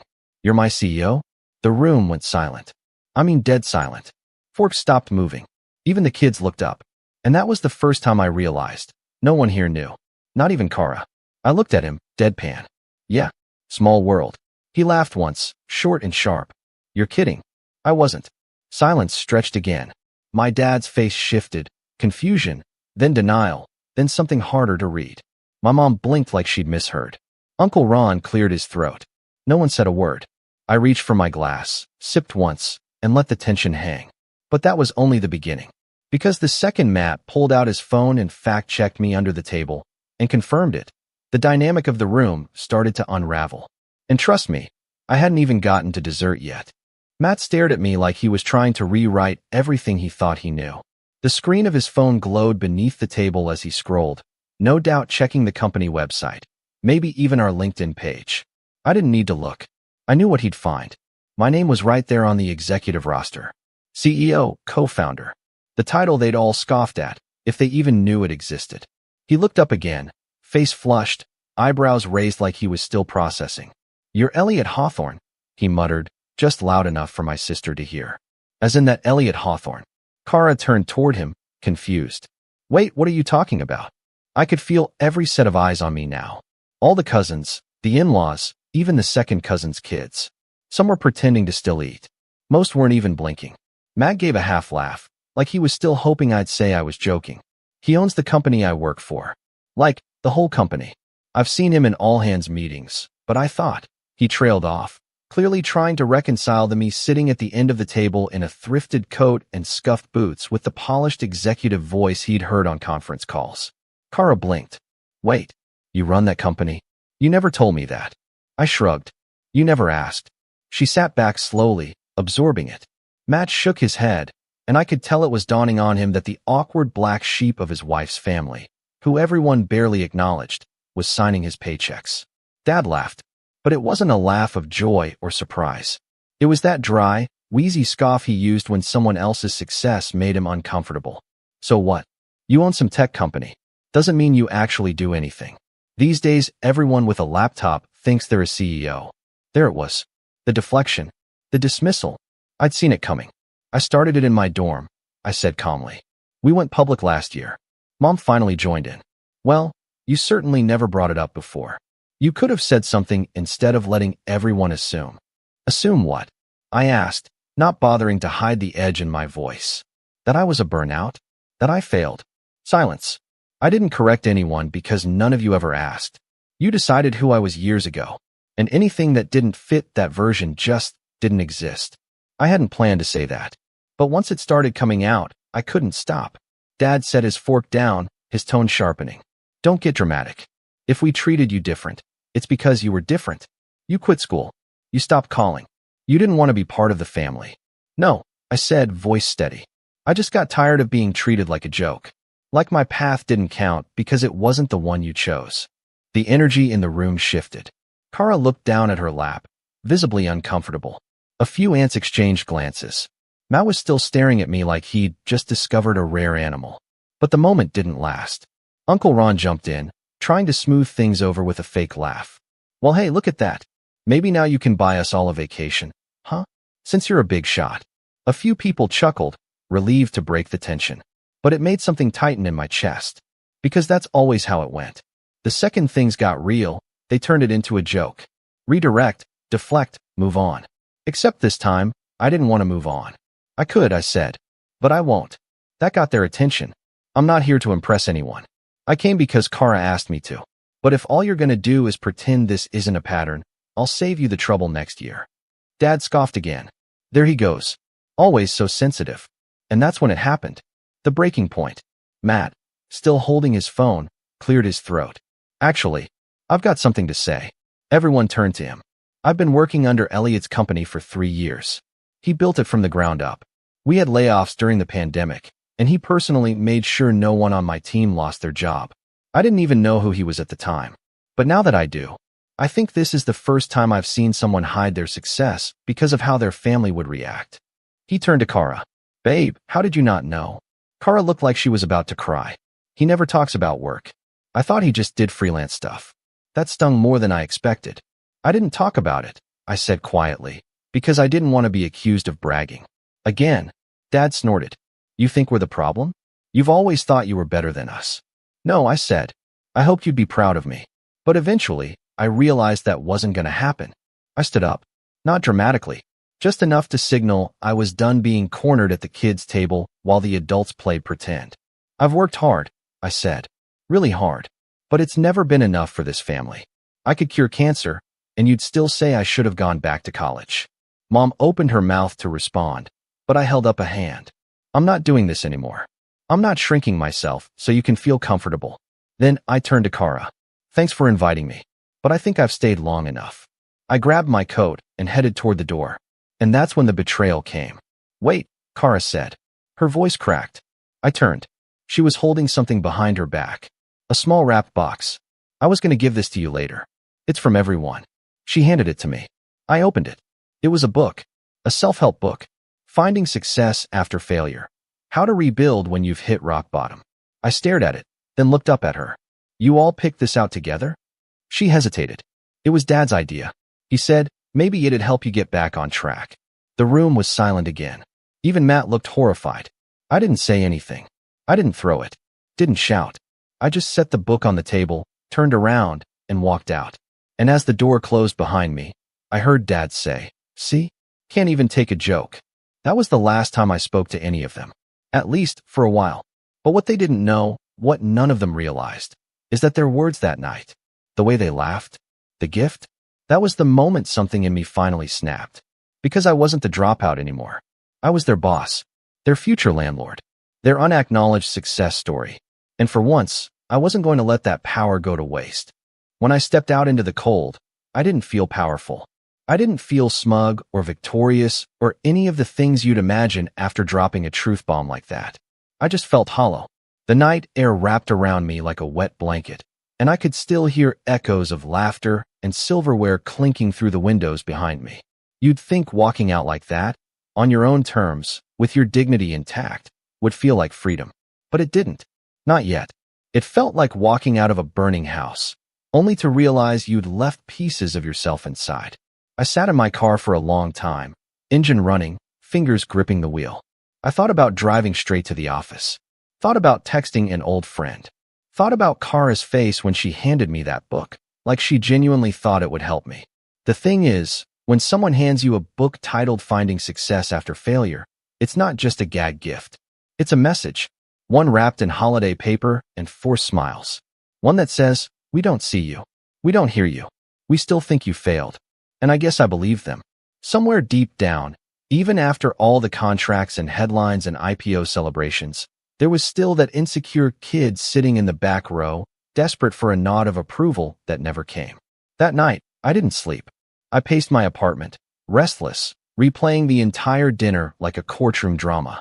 The faces, the silence, the way Dad said, "Can't even take a joke," like I was the one making things awkward. I thought about calling Kara, but what was there to say? Thanks for the book, by the way. I thought about Matt, too.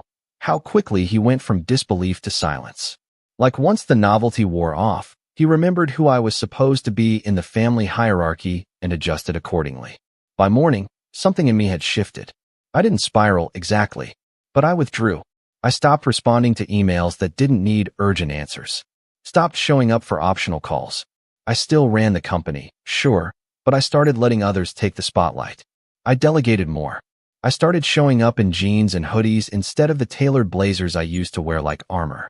People noticed, but no one said anything. I guess when you're the CEO, people assume you're always in control, even when you're unraveling. But I wasn't spiraling out of recklessness. I was shedding, peeling back layers I didn't realize I'd been wearing. I stopped going to the gym, started eating more takeout. Nights blurred into mornings, and I found myself rereading old journals, old pitch decks, even some of my college essays. Looking for the moment I became that guy, the one my parents could only describe with disappointment. And somewhere in that mess, I found something I'd forgotten. A letter. It was from my freshman year professor, printed out and folded into quarters.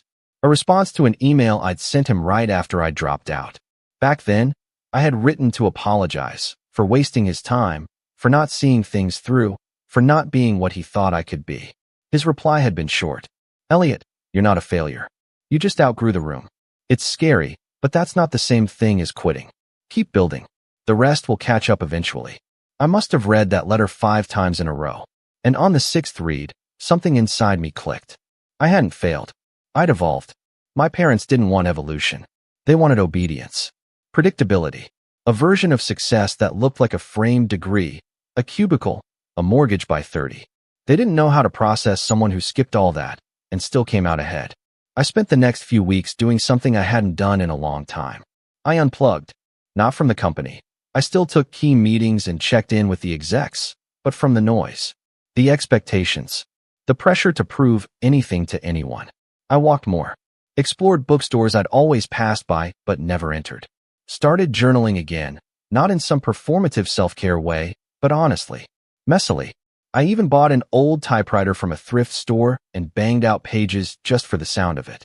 And slowly, the fog started to lift. I began mentoring a few young entrepreneurs in my spare time. Kids who reminded me of me, smart, scrappy, and totally unsupported by the people closest to them. I didn't do it for clout or ego. I did it because I wanted someone else to hear, "You're not broken. You just don't fit the mold, and that's okay."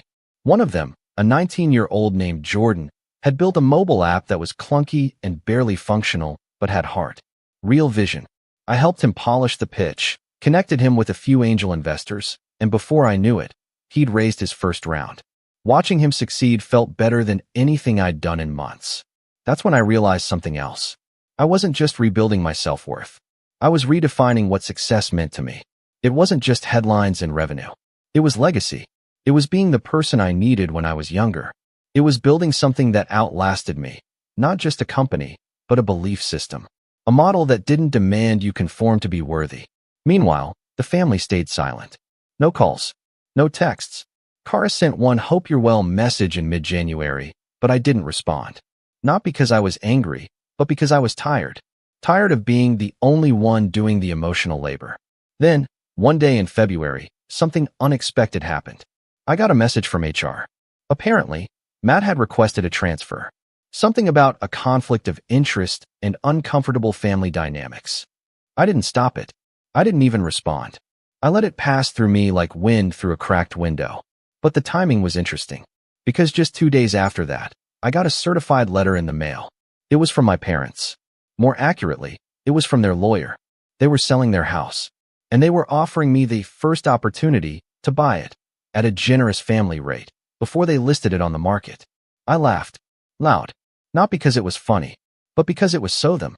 After all these years, after writing me off, belittling my every achievement, and handing me a self-help book over holiday dinner, their first real contact was a real estate offer. I didn't respond right away. I wanted to think, not just about the house, but about what I wanted now. What felt like revenge 6 weeks ago didn't feel like that anymore. I wasn't interested in proving a point for the sake of pride, but I was interested in taking control of the narrative. I stared at that letter for a long time. Then I set it down, opened my laptop, and began drafting a different kind of response. Because the thing about rock bottom, it's not always a place of despair. Sometimes, it's the foundation. The one you rebuild on. Stronger, sharper, and more unshakably you than ever before. And that letter? That was the blueprint for what came next. But they had no idea what was coming. I didn't reply to the letter. Not at first.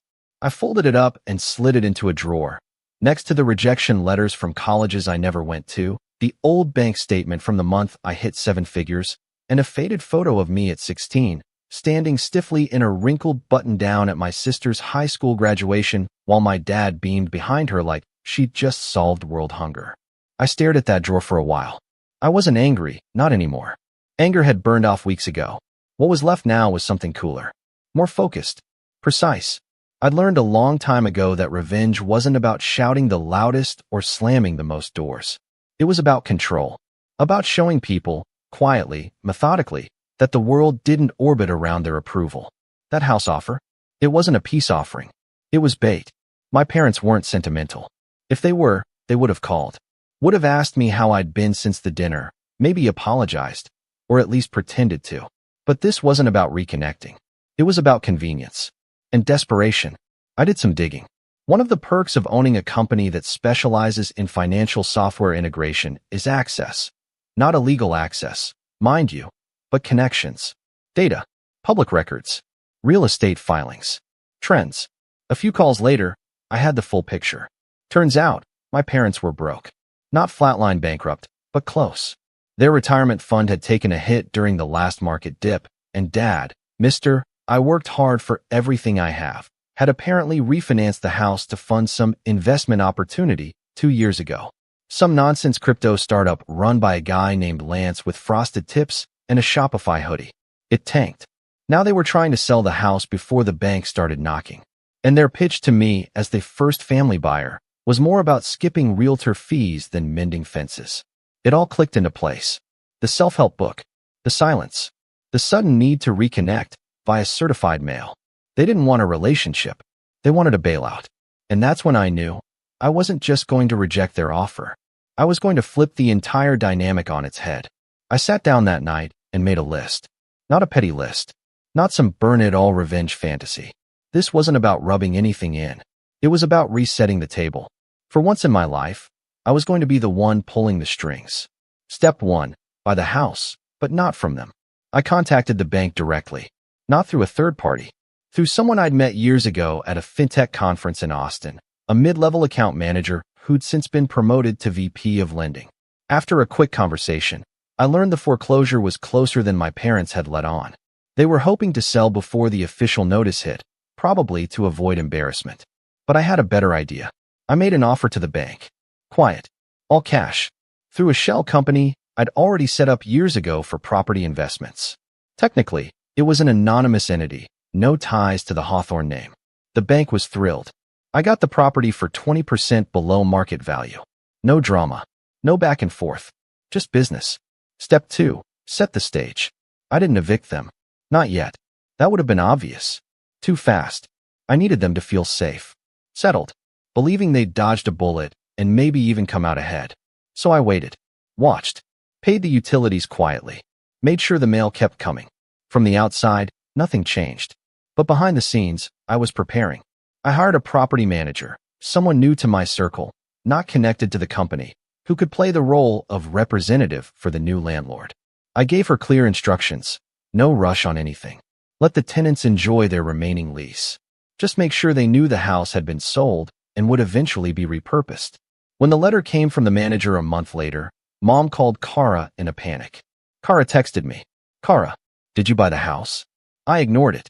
She sent another one the next day. Kara, they think you did. You didn't, right? I still didn't reply. Not because I was being cruel, but because I wanted them to sit with the uncertainty, to feel what I'd felt for years, ignored, dismissed, out of the loop.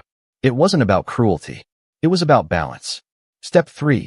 Gather my allies. Matt quit his job. He didn't say why, didn't have to. HR flagged it for me, and I let it happen. But I did keep an eye on his next steps. Turns out, he landed at a competitor. Small firm, underfunded, barely profitable. A few of their clients overlapped with ours. I made some calls. Not to sabotage him. I'm not that petty. But I wanted to understand the playing field. What I learned was interesting. Matt had pitched himself as an executive strategist at his new company, claiming years of experience managing high-level contracts. Which wasn't technically a lie, but also wasn't entirely true. He'd used my company's name on his resume like it was a stepping stone he'd outgrown. No mention of the fact that he'd worked 2 rungs below the department head and had never once been in a room with me. That gave me leverage. I didn't use it. Not right away. I filed it away. Because Matt was just another symptom. The real target was the culture that created him, the family machine that churned out expectations and double standards like clockwork. Step 4. Build the new image. I started showing up again. To conferences, investor events, speaking panels. But this time, I didn't lead with tech. I led with values. I told stories about growing up in a family that measured success by degrees and job titles, about feeling like a failure even as my company grew, about what it meant to reclaim your narrative. The stories resonated. People leaned in. One panel at South by Southwest led to a podcast interview that led to a magazine feature. Suddenly, I wasn't just a tech guy. I was a story, a voice for the unconventional path. The dropout who didn't just win, but redefined winning. I knew the family saw it. I saw the breadcrumb trail, Kara's old college friend following me on Instagram, a cousin liking a photo from a keynote I gave. Even Dad's LinkedIn account showed up in my Who's Viewed Your Profile tab. He never connected, of course. That would be admitting interest. But the message was clear. They were watching. Good. Let them. Step 5. The reinvite. By late March, I got another text from Kara. Kara, Dad's turning 65 in April. He wants a small dinner. Just family. No drama. He asked me to invite you. I stared at the message for a while. This was it. The next move. The moment where the balance could tilt either way. I waited a few hours. Then I replied. Me? Sure. I'll come. Let me know when and where. Simple. No snark. No conditions. Let them think I'd moved on. Let them believe the awkwardness was behind us. But behind the curtain, I was orchestrating the final act. Because if they thought the family dinner would be just another awkward gathering where I sat quietly in the corner while they danced around the truth, they had no idea what was coming. The table was set. The house was mine. The power had shifted. And I was done playing small. I arrived 5 minutes early. Not on purpose, really. I debated whether to show up fashionably late or not at all, but something told me being early was the better move.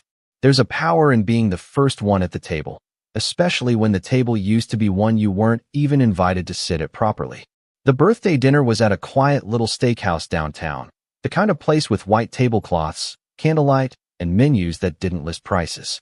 Kara had reserved a private room near the back. 12 seats. One long table.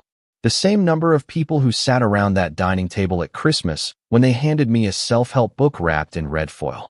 Felt poetic. I wore a dark navy blazer. No tie, just polished enough to draw a line between who I used to be and who I'd become. I'd gotten a haircut that week, sharper than usual. Clean shave. New watch, a gift to myself, not for status, but symbolism. The inscription on the back read, "You built this." I didn't expect anyone at the table to notice. That wasn't the point. Kara arrived next. She gave me a tight-lipped smile and an awkward hug, the kind where you can feel all the words she wants to say but doesn't. I nodded, said, "Thanks for the invite," and took my seat. Then the rest trickled in. Mom, with that ever-practiced smile. Uncle Ron, already chuckling about some traffic joke. A couple cousins I hadn't seen in months. And finally, Dad, walking in like he owned the place. Ignoring me at first, until we locked eyes. "Glad you could make it," he said. His tone was neutral, measured, almost careful. "I wouldn't miss it," I replied. Dinner started civilly enough. Small talk. The weather. Kara's kids. Someone brought up a new Netflix show. I let it wash over me. I wasn't there to engage in the usual banter. I was waiting. Timing mattered. Matt arrived late, looking sheepish. He gave me a quick nod and sat down next to Kara, fidgeting with his napkin. He hadn't made eye contact with me once since the day he quit. The waiter came to take our orders. Wine was poured. Bread was passed. The night ambled on until the main courses arrived, and that's when I saw my window. Dad had just cut into his steak when Kara stood up and cleared her throat. "Okay," she said, holding up a glass. "Before we dig in too much, I just wanted to say a quick toast. Dad, happy 65th. We all love you, and we hope this next chapter brings you peace, rest, and a whole lot of fishing." Light laughter. Clinks of glasses. A few here, us. Then it was his turn. Dad wiped his mouth and stood, holding his wine. "Thanks, everyone," he began. "Really, I wasn't sure if we'd all be able to get together like this again, but I'm glad we did. Means a lot to see all of you here. Especially you, Elliot." He looked at me like he was trying to read a line off an invisible teleprompter. "I know things haven't always been perfect between us, but I've always wanted the best for you, even if I didn't always say it the right way." That caught a few looks. My mom even reached out and squeezed his wrist like she'd been waiting for him to say that for years. I gave a small nod. "Appreciate that." He sat back down. A few people clapped. Kara looked relieved. The wine was flowing freely by then, and people started relaxing into the evening. But I wasn't relaxed, because now it was my turn. I waited until dessert. The plates were cleared, and the waiter brought out a modest chocolate cake with 65 candles burning bright. There were pictures, singing, some awkward applause. Then, as forks dipped into slices, I stood. "Before we all head out," I said, raising my glass, "I'd like to share something too. Just a quick announcement." All heads turned toward me. I took my time. No rush. No nerves. Most of you know I've spent the last decade or so building my company. It's been a journey. Lots of ups and downs, late nights, and learning the hard way. But I'm proud of what it's become. And recently, I started exploring something new. Real estate. Some polite nods. I'm not talking flipping houses or anything. I'm building something more meaningful. A series of community projects, mixed-use developments, even a few legacy properties. I looked around the table, pausing just long enough to catch everyone's gaze. One of those properties came up for sale recently. It meant something to me, carried a lot of history, so I bought it. The room tensed. I could feel the shift. I turned to Dad. "It was yours." He froze. I kept going. "I didn't buy it from you. I bought it from the bank. You were in pre-foreclosure. You probably thought you had more time, but your crypto guy, Lance, was it? Tanked faster than expected." His face drained of color. Mom's fork dropped onto her plate. I wasn't smiling. I wasn't gloating. Just speaking, steady and measured, like reading a press release. "I've let you stay there these past few months. Covered the utilities. Didn't raise rent. Didn't kick you out. Wanted to make sure you were comfortable. But now that your lease is ending, things will change. What? What are you saying? Dad's voice was low, sharp, defensive. I'm saying you'll be getting a formal letter in the mail this week. You'll have 60 days to vacate. After that, the property will be converted into a startup incubator for underserved founders. It's part of the foundation I'm launching. Mom gasped. You're evicting us? I looked at her, not with cruelty, but clarity. I'm reclaiming something that was never yours to weaponize. Silence. Dead, thick silence. You could have called, she whispered. You could have believed in me, I replied. At any point in the last 12 years. But instead, you mocked. Dismissed. And when I finally showed up as more than what you expected, you handed me a book about failing better. So yeah, I bought the house. And I'm using it for something good. Dad stood, face red. You think this makes you better than us? No, I said. It makes me free. Matt was staring at his plate. Kara looked like she wanted to sink into the floor. I took out a small envelope and slid it across the table toward her. What's this? She asked. Something for your kids. A scholarship fund. Fully paid tuition, wherever they go. No strings. Just because I still love you. And I know you tried. Her eyes welled up. She didn't open it. Dad's chair scraped loudly as he pushed it back. You've always been ungrateful. No, I said quietly. I've just stopped apologizing for existing on my own terms. He stormed out. Mom followed, muttering something about unbelievable arrogance. A few others stayed, stunned. Ron looked like he'd just watched a Shakespearean tragedy unfold in real time. I sat back down and picked up my wine. Kara looked at me. Really looked at me.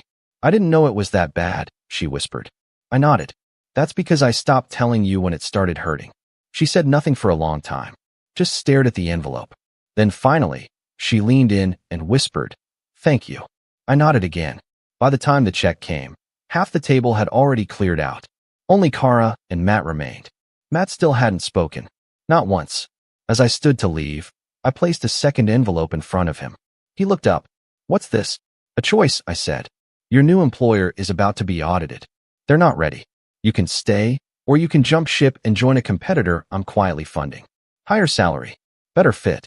No family drama. It's your call. He opened his mouth. Closed it. Nodded. I didn't wait for a thank you. Didn't need one. I walked out into the night. The air crisp and clean. The sky stretched wide above me. There was no fanfare. No applause. Just peace. And for the first time in years, I wasn't chasing anything.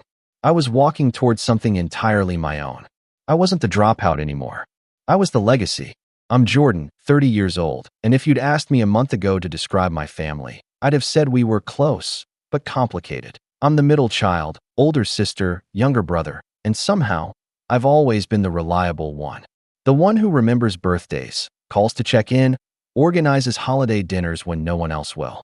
It's like my entire identity in the family was built on being dependable, steady, and low maintenance. So when my 30th birthday started approaching, I'll admit, I got excited.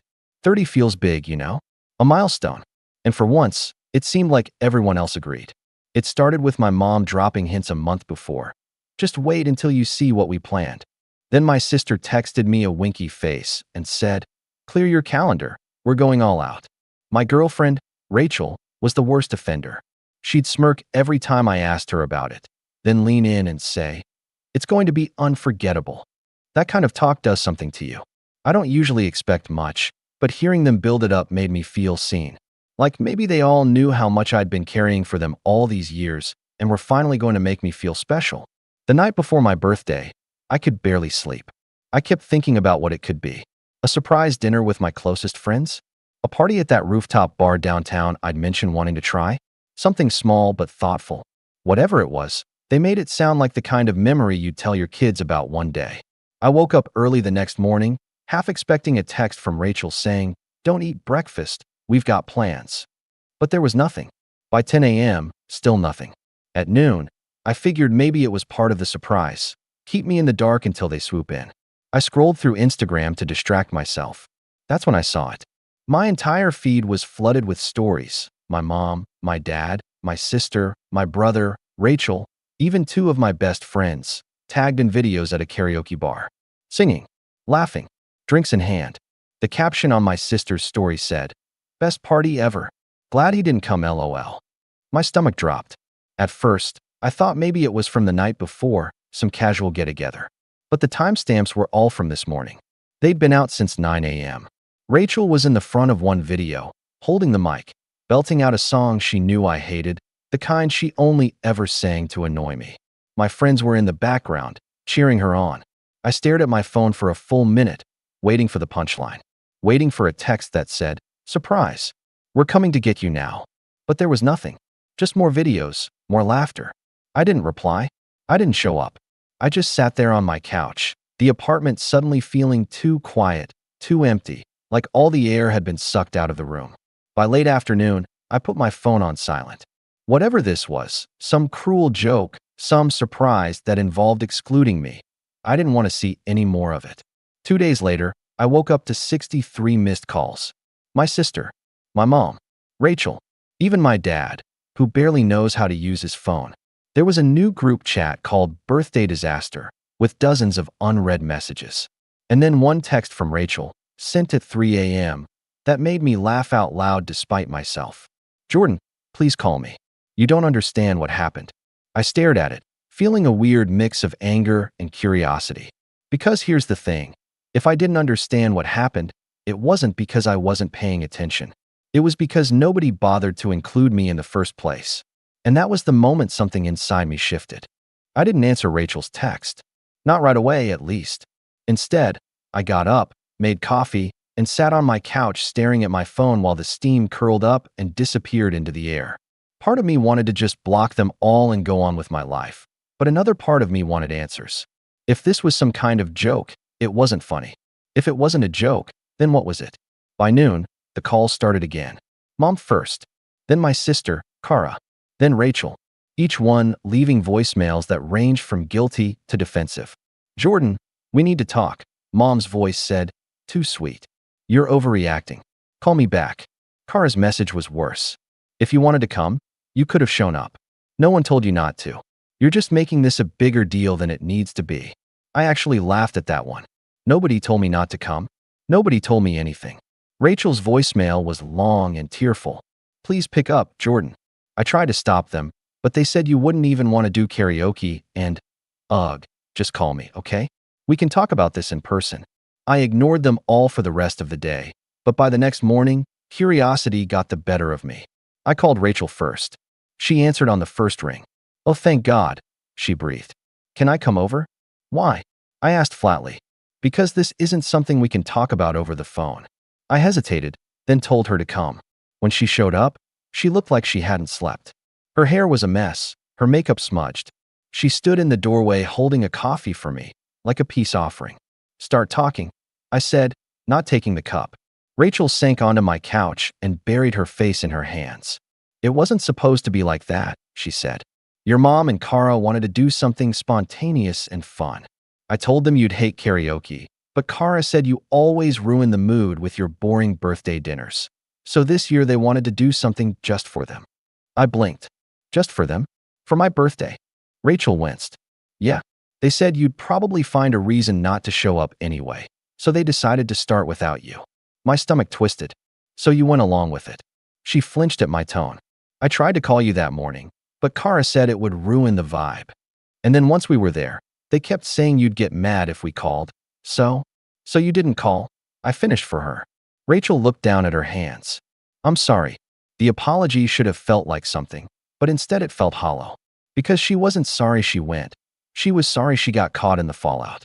"I need some space," I said finally. Her head shot up. "Jordan, don't do this. It was just a party. It was my birthday." I snapped, louder than I meant to. "My 30th birthday. And you let them turn it into some joke at my expense." Her eyes welled up, but I didn't feel guilty. Not even a little. After she left, I sat there for a long time just simmering. By the weekend, I couldn't stand it anymore. I drove to my parents' house, rehearsing what I'd say in my head. Mom answered the door, smiling like nothing happened. "Jordan, finally. We were starting to think you were holding a grudge." "I am holding a grudge," I said, stepping past her into the living room. Dad was on the couch, Kara perched next to him, grinning at her phone. "Jordan," Dad said in that tone that's supposed to sound patient, but actually just sounds dismissive, "you need to let this go. We didn't mean to hurt your feelings. You threw a party without me." Kara rolled her eyes. You make it sound so dramatic. We figured you'd rather stay home than go to karaoke. You hate that stuff. That's not your call to make. I shot back. Well, maybe if you actually showed up to family stuff more often, we'd know what to plan for you, Kara said with a little smirk, like she'd just scored a point. I stared at her, stunned. I'm the only one who shows up to family stuff, I said slowly. Who do you think organized Dad's retirement dinner? Or paid for the cabin at Christmas when your card accidentally declined? Or stayed up all night baking a cake for Mom's last birthday because the bakery messed up the order? Kara flushed, but didn't say anything. Mom sighed dramatically.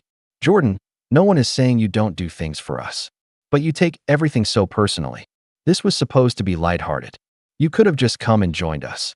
They literally wrote glad he didn't come LOL, I said. Mom waved a hand. Kara was joking. Kara grinned. It was funny. And that was it. Something in me just went quiet.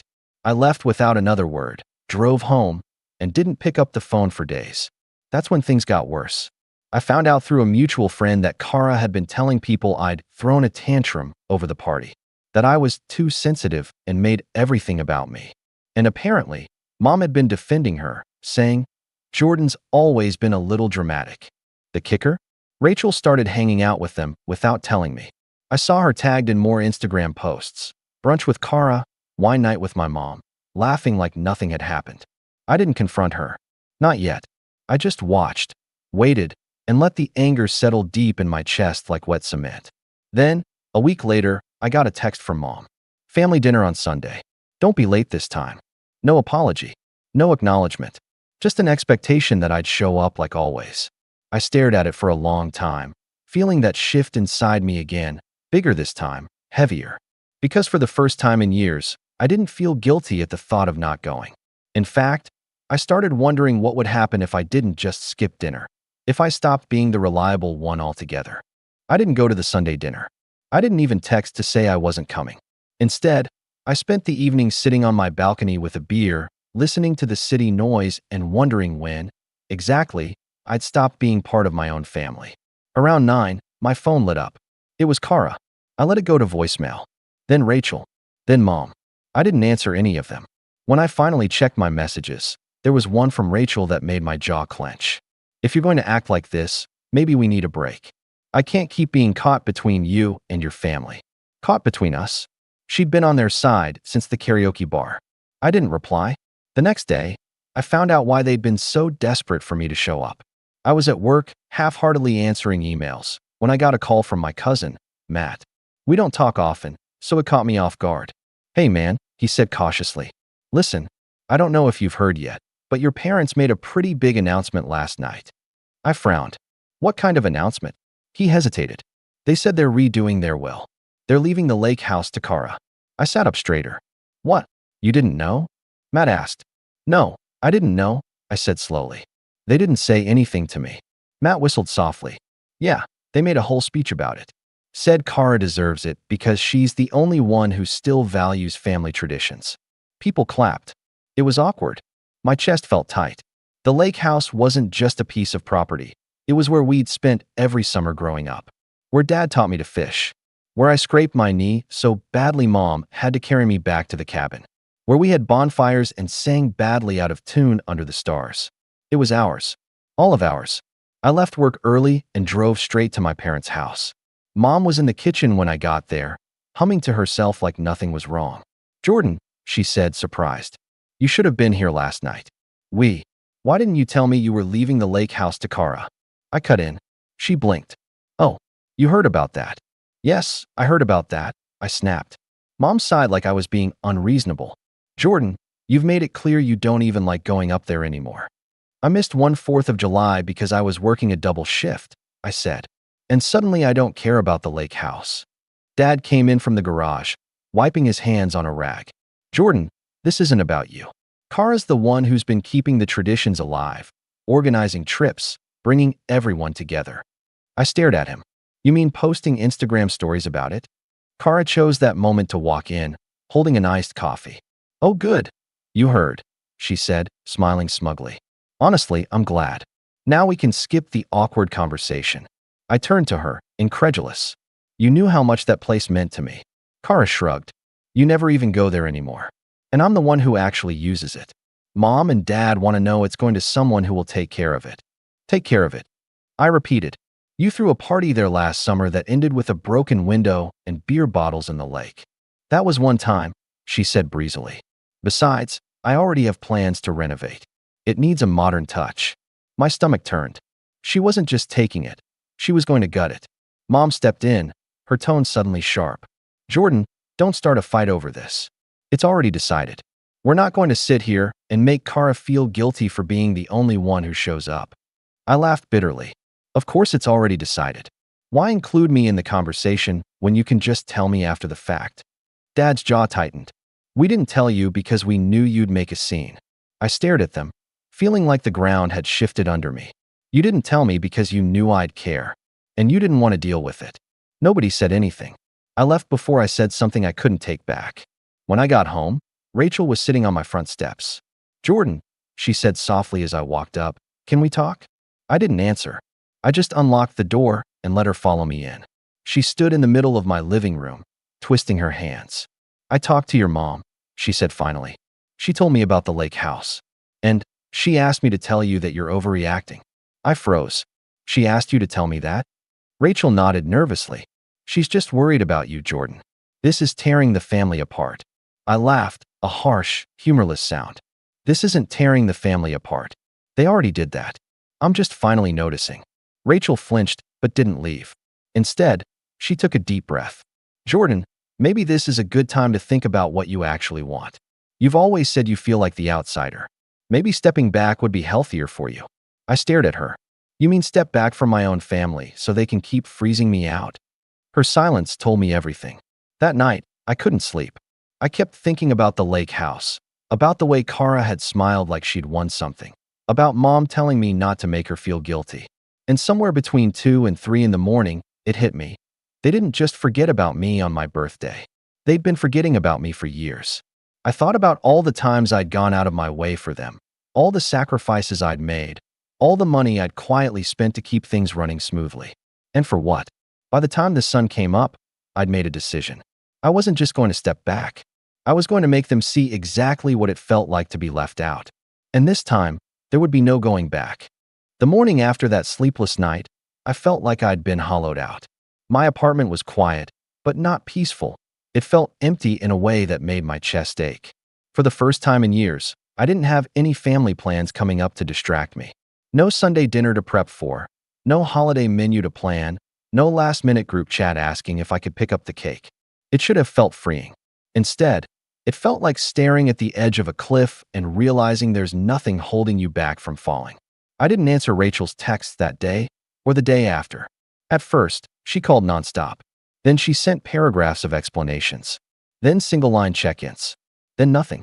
By the end of the week, I saw her tagged in another brunch photo with Kara. She was smiling like nothing had happened. That was the moment I realized she wasn't coming back. I took the picture off my nightstand, the one of us at the cabin 2 summers ago, her sitting on the dock with her feet in the water, laughing while I grilled hot dogs, and put it in a drawer. The drawer stayed open for a long time, like I wasn't sure if I was ready to close it. Eventually, I shut it and left the room. At work, I threw myself into projects just to avoid thinking. My coworkers noticed I was quieter than usual. One of them, Karen, asked if I was okay. I almost said no, but stopped myself. What could I even tell her? That my family had erased me from my own life and my girlfriend had joined them? I started eating lunch alone in my car. It was easier that way. But the thing about being the reliable one for so long is that people don't notice when you're slipping until something falls apart. A few weeks later, I got a call from Mom in the middle of the day. Jordan, the dryer stopped working again, she said without preamble. When can you come look at it? I stared out the office window, gripping my phone tighter. I can't, I said flatly. There was a pause. What do you mean you can't? I mean I'm busy, I said. Call a repairman. Another pause. Jordan, that'll cost money. Your father's busy this week and Kara doesn't know how to fix it. Not my problem, I said, and hung up before she could respond. My hands were shaking after. Not from anger, from something sharper, colder. It felt good. That weekend, I didn't go to the lake house when Kara posted in the group chat about a spontaneous family getaway. I didn't even reply. An hour later, Dad called. Jordan, What's going on with you? Nothing, I said. You've been avoiding us. You've been avoiding me for years, I shot back. I'm just finally matching your energy. He tried to guilt trip me, said things like, family is all we have, and you'll regret this one day. But all I felt was this quiet clarity, like someone had taken earplugs out of my ears, and I could finally hear myself think. I didn't show up. That was the first weekend I'd spent entirely on my own in years. I ordered takeout, cleaned my apartment, reorganized my closet, and sat on the couch listening to music until late. I kept waiting for that crushing loneliness to hit again, but instead, there was this strange, growing calm. A week later, Kara posted photos from the lake house, smiling selfies, fancy cheese boards, captions about family time with heart emojis. Underneath, people commented things like, "Where's Jordan?" and "Missing one sibling." Kara replied to one, "He's too busy being dramatic, lol." I didn't comment. I didn't DM her. I just screenshotted it and saved it to a folder on my phone. I started saving a lot of things, screenshots, receipts, texts. Not for revenge, not yet. Just to remind myself I wasn't imagining this. Meanwhile, the family group chat kept buzzing. When I didn't respond, Mom sent guilt-ridden messages like, "We love you, Jordan. Please don't shut us out." Then, 2 minutes later, Kara would write something snide about how I was acting like a martyr. Rachel finally texted me one night. "I'm moving my stuff out tomorrow. I think this break is permanent." No apology. No conversation. Just that. I stared at it for a long time. Then I wrote back, "Okay." She showed up the next day while I was at work, grabbed her things, and left my spare key on the counter. That night, I sat in my now half-empty apartment, looked around, and realized I didn't feel heartbroken. I felt relieved. Because for the first time in years, I had no one to take care of but myself. And as that thought settled, another one crept in, quiet at first, then louder. If they wanted to treat me like I didn't matter, maybe I should show them what it actually looks like when I'm not there. Over the next month, I stopped doing things they'd never even realized I did. I canceled the yearly cabin rental I'd already put a deposit on for Christmas. I told the family accountant to take my name off the shared emergency fund I'd been contributing to since college. I stopped sending reminders about birthdays and paying for last-minute gifts from all of us. The cracks started showing fast. Mom called in a panic when she found out about the cabin. "Jordan, everyone was counting on that." "You mean you were counting on me to pay for it?" I said. There was a stunned silence on the line. Then Kara started blowing up my phone, accusing me of ruining Christmas. I didn't respond. At work, I stayed late more often, picking up extra projects. I started saving more money, little by little, like I was building a wall between myself and them. And somewhere along the way, the pain started turning into something sharper. Focus. I began thinking not just about what they'd taken from me, my birthday, the lake house, my sense of belonging, but what they still stood to lose. And that's when the idea started forming. Slow at first, gentle. But each time Kara posted something smug, each time Mom left a voicemail dripping with guilt, each time Dad tried to lecture me about being the bigger person, that idea grew stronger, more defined. Because I realized something. They didn't just take the lake house away from me. They didn't just forget my birthday. They built their entire dynamic around me, quietly holding everything together. And if I was gone, really gone, everything would start to collapse. And maybe, just maybe, I wanted to be there to watch it happen. When you've been in survival mode for years, learning to live for yourself feels almost foreign. The first few weeks after I cut back on family obligations, I kept expecting someone to text me and say, "Okay, joke's over, come back now." But they didn't. And that silence gave me room to breathe. I started spending my weekends differently, trying new restaurants, meeting up with coworkers for trivia night, even going on a hiking trip I'd been putting off for years because there was always family stuff to take care of. For the first time, I noticed how much of my life had been shaped around accommodating other people's needs. My calendar was almost suspiciously empty, and instead of feeling guilty about that, I started filling it with things I actually wanted to do. I signed up for a woodworking class I'd been eyeing for months. By the end of the first session, I'd already started sketching out plans for a coffee table I wanted to build for my living room. I also started focusing more seriously on my job. I'd been a project coordinator for 3 years, content to fly under the radar and keep the trains running on time. But now that I wasn't spending my nights and weekends smoothing over family drama, I had the bandwidth to take on more responsibility. When my boss mentioned a high-profile project coming down the pipeline, the kind of thing that could make or break a career, I volunteered before anyone else could.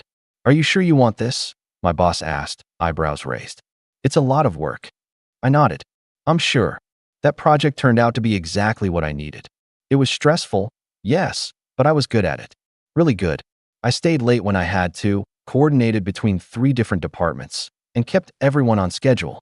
For the first time in months, I felt capable. 2 months later, I was sitting across from my boss in a corner office as she told me I was being promoted. "You've proven yourself," she said with a rare smile. "Frankly, I don't know how we managed before you took over this project." The promotion came with a raise, a big one. I celebrated by buying myself something small but meaningful, a leather-bound journal. Not to write about my feelings, I wasn't quite there yet, but to start jotting down ideas. And in that journal, a new section slowly started taking shape, one labeled simply Lake House. Meanwhile, the family group chat was slowly unraveling without me. I knew because I muted it, but didn't leave. Every now and then, I'd scroll through, watching the chaos unfold. Kara tried to organize another family weekend at the lake house and got mad when no one responded for 2 days. Dad complained about having to fix the leaky roof by himself. Mom started asking who was bringing what food for Easter and got silence in return. It turns out, when you spend years training one person to hold the family together, nobody else knows how to do it when that person steps back. I didn't gloat. Not outwardly. But there was something satisfying about seeing the cracks get wider. Then came the summer barbecue, the first one I didn't organize. Usually, I'd be the one sending out invites, arranging food, setting up the grill, making sure we had enough chairs. This time, I stayed home. At around 7 p.m., I got a text from Matt, my cousin, with a blurry photo of Dad standing over a smoking grill, looking stressed, while Kara sat on the deck scrolling through her phone. "Wish you were here, man," Matt wrote. "This is a disaster." I smiled and put my phone down. That night, I wrote another note in my journal. "They're starting to notice." As the months passed, my apartment started to feel less like a temporary space and more like a home. The coffee table I built sat proudly in the center of my living room. I upgraded my couch, bought art for the walls. For once, everything around me felt like mine, not something I'd inherited, not something that came with strings attached, just mine. And with every new thing I built for myself, every paycheck I put toward my savings instead of bailing someone out of a financial mess, I felt stronger. When Christmas rolled around, the group chat was unusually quiet. Normally, I'd be fielding 20 messages an hour about who was bringing dessert or who had to pick up Grandpa from the airport. This time, Kara sent a single message 3 days before Christmas. "Whose house are we using?" Nobody responded for half a day. Then Mom wrote, "Jordan usually books the cabin." "Jordan's not talking to us," Kara wrote back. And then there was silence. I spent that Christmas at a cabin, but not the usual one. I rented a different one for myself, just outside town. I built a fire, made hot cocoa, and read a book by the window while snow fell outside. I didn't post a single picture. That was the moment I realized I wasn't just surviving anymore. I was thriving. And that journal? The one labeled Lake House. The pages were filling up fast.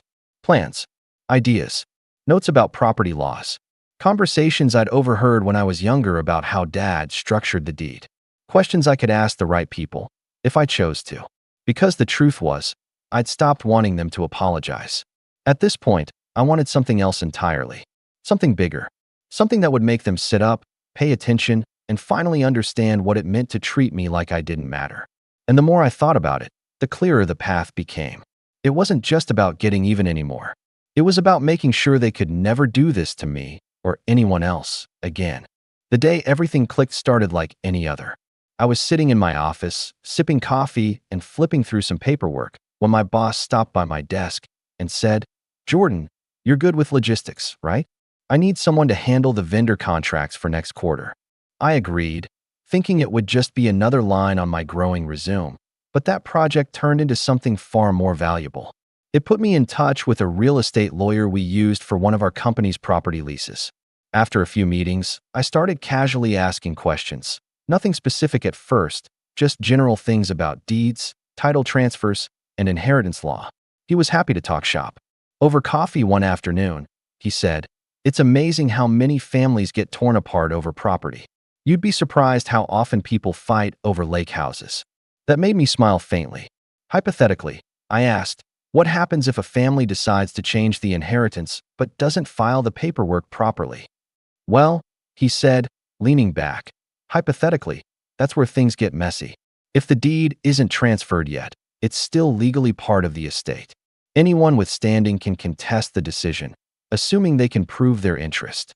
I filed that away like a jewel in my pocket. The next week, I stopped by the county records office during lunch. I told them I wanted to look up the deed for the property under my family's name. It wasn't hard, it's all public record. When I finally held the folder in my hands, my heart pounded. The lake house was still in both of my parents' names. No transfer had been filed. No trust documents. Nothing.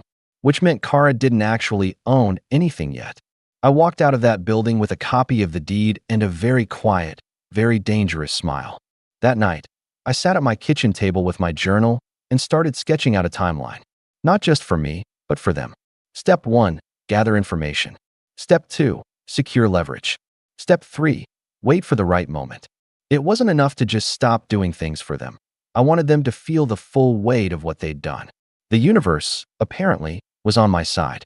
2 weeks later, I got a call from Matt again. "Hey," he said, lowering his voice like he always does when he's gossiping. "Just a heads up, your parents are trying to put together a big 4th of July celebration this year. They want to invite the whole extended family. Word is they're going to use it to formally sign the transfer papers for the lake house." My pen froze mid-sentence. "Are you serious?" I asked. "Dead serious," Matt said. "Kara's been bragging about it to everyone. She says she's already picked out new furniture." I thanked him and hung up, my mind racing. They were planning to make it official and public, which meant I had a very clear deadline. I spent the next month quietly working behind the scenes. I met with the real estate lawyer again, this time more direct. I asked him about contesting a deed transfer if one sibling was excluded. He told me what paperwork I'd need, what evidence would be strongest, and, most importantly, how to file things in advance to put a legal hold on the transfer until a dispute was resolved. "Hypothetically," he said with a grin, "you could stop the whole thing before it even gets signed." I grinned back. Hypothetically. Meanwhile, the family group chat was getting desperate. "Jordan," Mom wrote one night, "we really need to talk before the 4th. It's important." Kara chimed in 2 minutes later. "If you want to be included this time, you should probably show up." I didn't reply. Instead, I doubled down on my preparations. I quietly moved some money into a separate savings account, earmarked for legal fees. I met with an accountant to make sure I understood the tax implications of a contested estate. I even started looking into potential buyers for lakefront property, not because I wanted to sell, but because I wanted to know the market value down to the dollar. The more I learned, the clearer the picture became. Kara didn't just want the lake house because she loved it. She wanted it because it was valuable, prime real estate that she could flip or rent out for profit. And the more I thought about her smug little grin when she told me about her plans to renovate, the more determined I became to stop her. Around this time, something interesting started happening at work. My promotion had put me in charge of several new hires, and for the first time in my life, I had people looking to me for leadership. One afternoon, a junior project manager said, "Jordan, I like how you run things. You're fair but firm. My last boss never listened to anyone." That comment stuck with me. Fair but firm. It made me realize I wasn't just getting stronger. I was becoming someone other people trusted. Someone with influence. And that influence wasn't limited to work. A few weeks before the 4th, I got another call from Mom. This time, her voice sounded less sweet and more anxious. "Jordan, the roof at the lake house is leaking again. Your father and I were hoping you could come take a look before the party." "No," I said simply. "Jordan, you didn't want my input when you decided who gets the house," I said, my voice calm but sharp. "You can figure out the roof without me." She was silent for a long time. "Your sister said you'd be difficult about this," she said finally. Then she was right. I hung up and felt that now familiar wave of satisfaction. Because this time, I wasn't just saying no. I was saying no with purpose. By the time July rolled around, everything was in place. I had the legal paperwork drafted and ready to file the moment I chose. I had a folder of evidence, screenshots, texts, proof of my financial contributions over the years. I had an ally in Matt, who quietly fed me updates about Kara's plans. All that was left was to show up. And for the first time since this whole thing started, I actually wanted to. Because if they were going to make the 4th of July about Kara, then I was going to make sure everyone walked away talking about me. The 4th of July came with blistering heat and a sky so blue it looked fake. I drove up to the lake house with the windows down, my legal paperwork tucked neatly in a folder on the passenger seat. I hadn't been back since the last family trip 2 summers ago. Pulling into the driveway felt strange, like stepping onto a stage I used to know by heart. The house looked the same, weathered wood siding, the old swing still creaking lazily from the oak tree out front, but I felt different. I parked, took a slow breath, and walked up to the deck. Laughter spilled out from the backyard. Kara's shrill laugh, my mom's softer one, the sound of music playing from a Bluetooth speaker. When I stepped into the yard, heads turned. "Oh my gosh," Mom cried, genuinely surprised.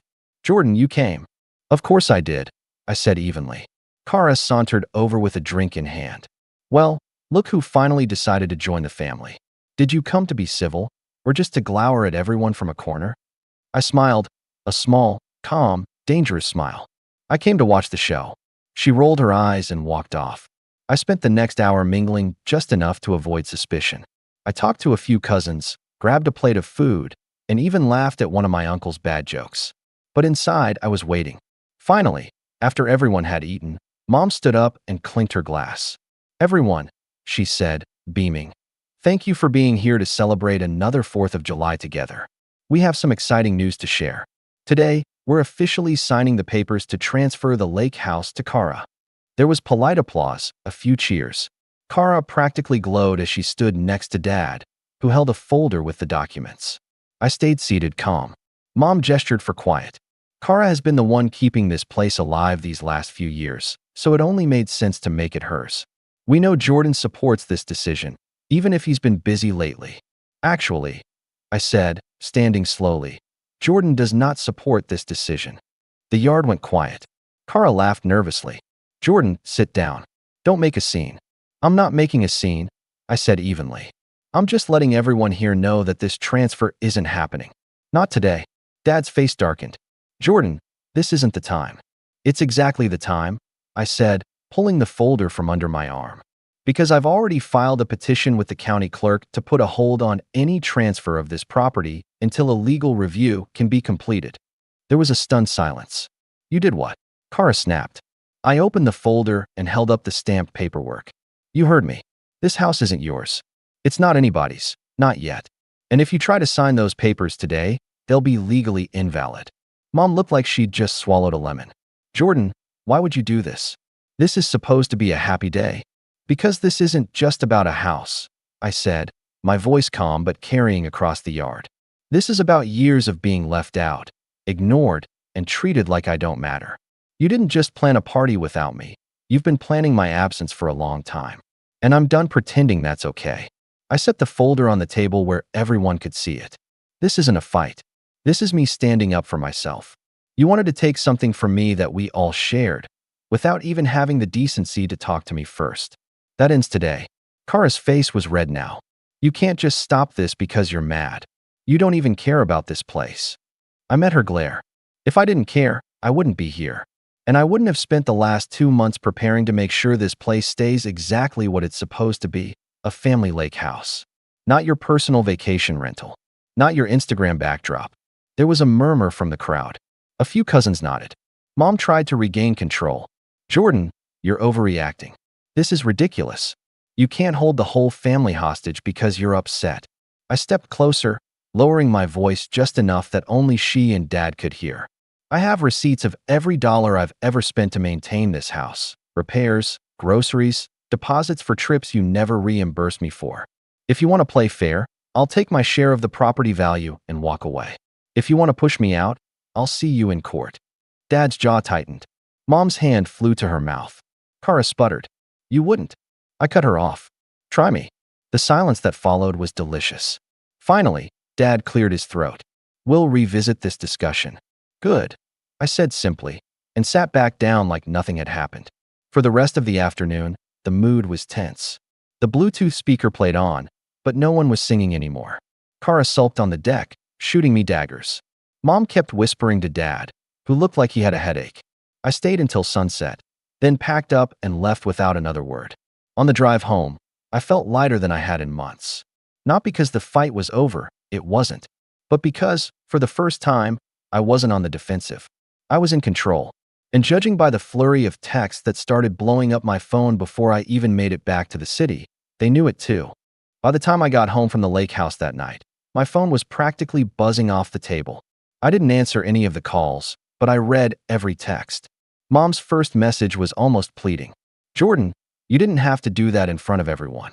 We could have talked privately." Then Kara's came in, all caps. "You humiliated me.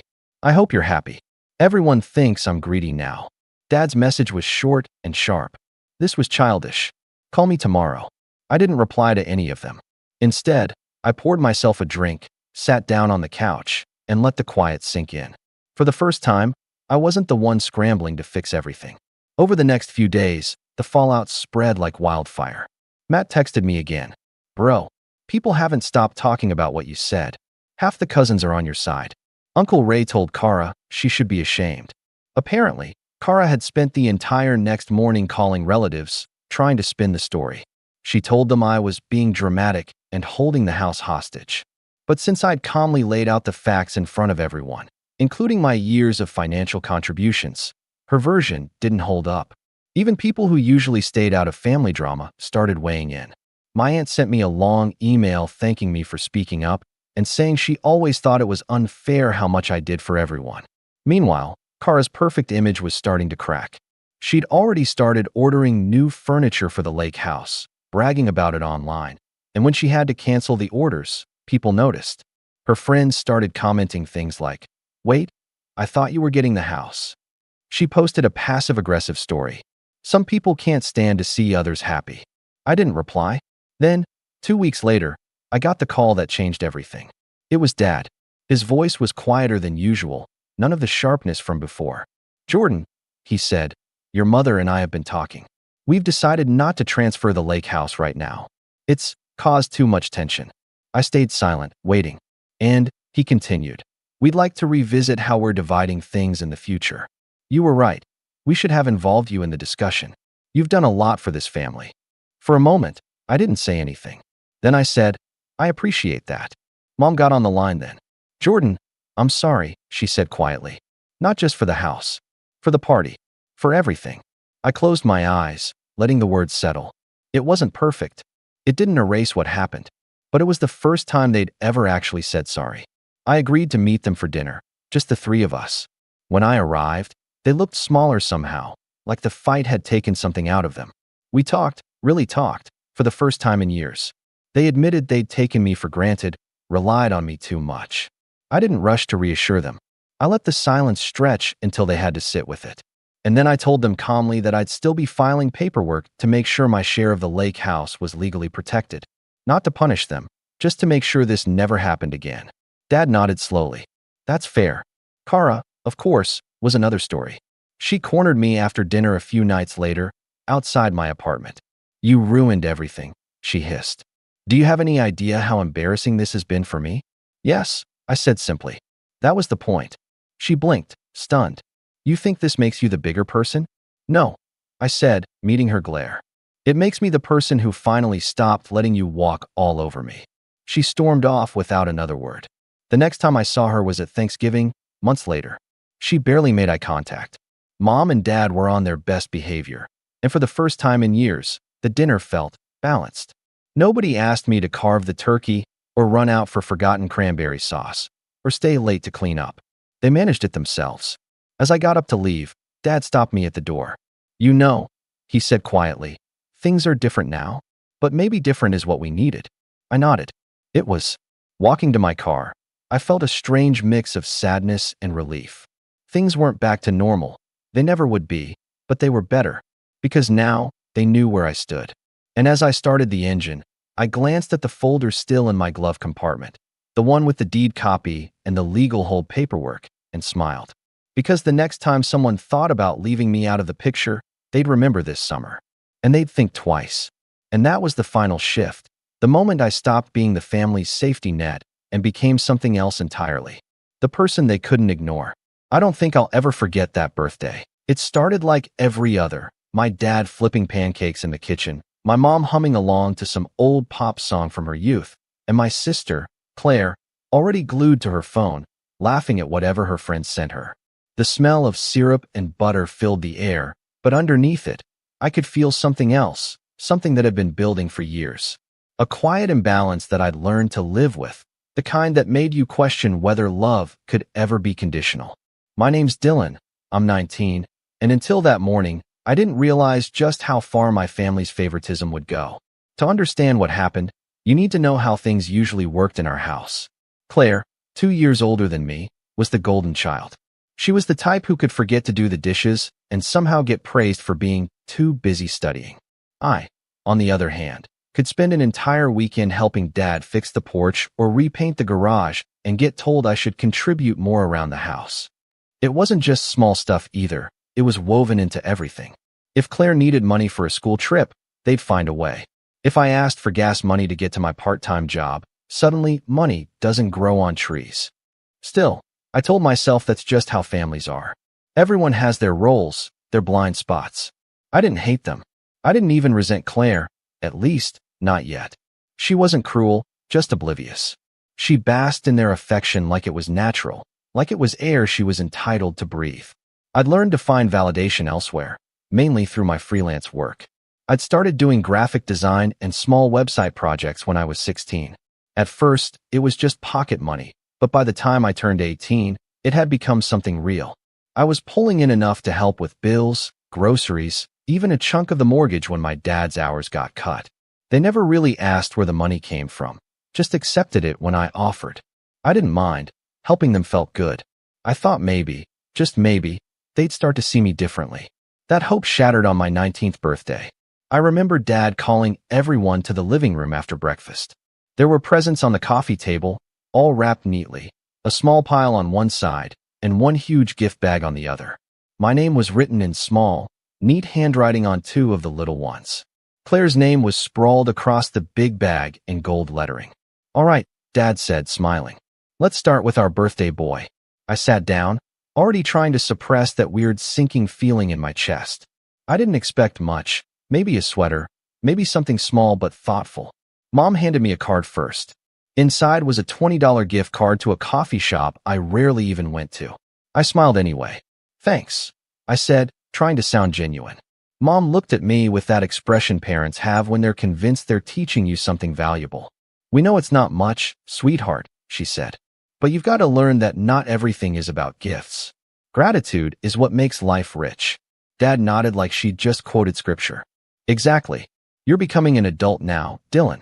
It's time to appreciate the simple things." I forced a chuckle and nodded. I could feel Claire watching me from the couch, smirking a little. Then Mom turned to her. "And now for Claire's surprise," she said, her eyes lighting up.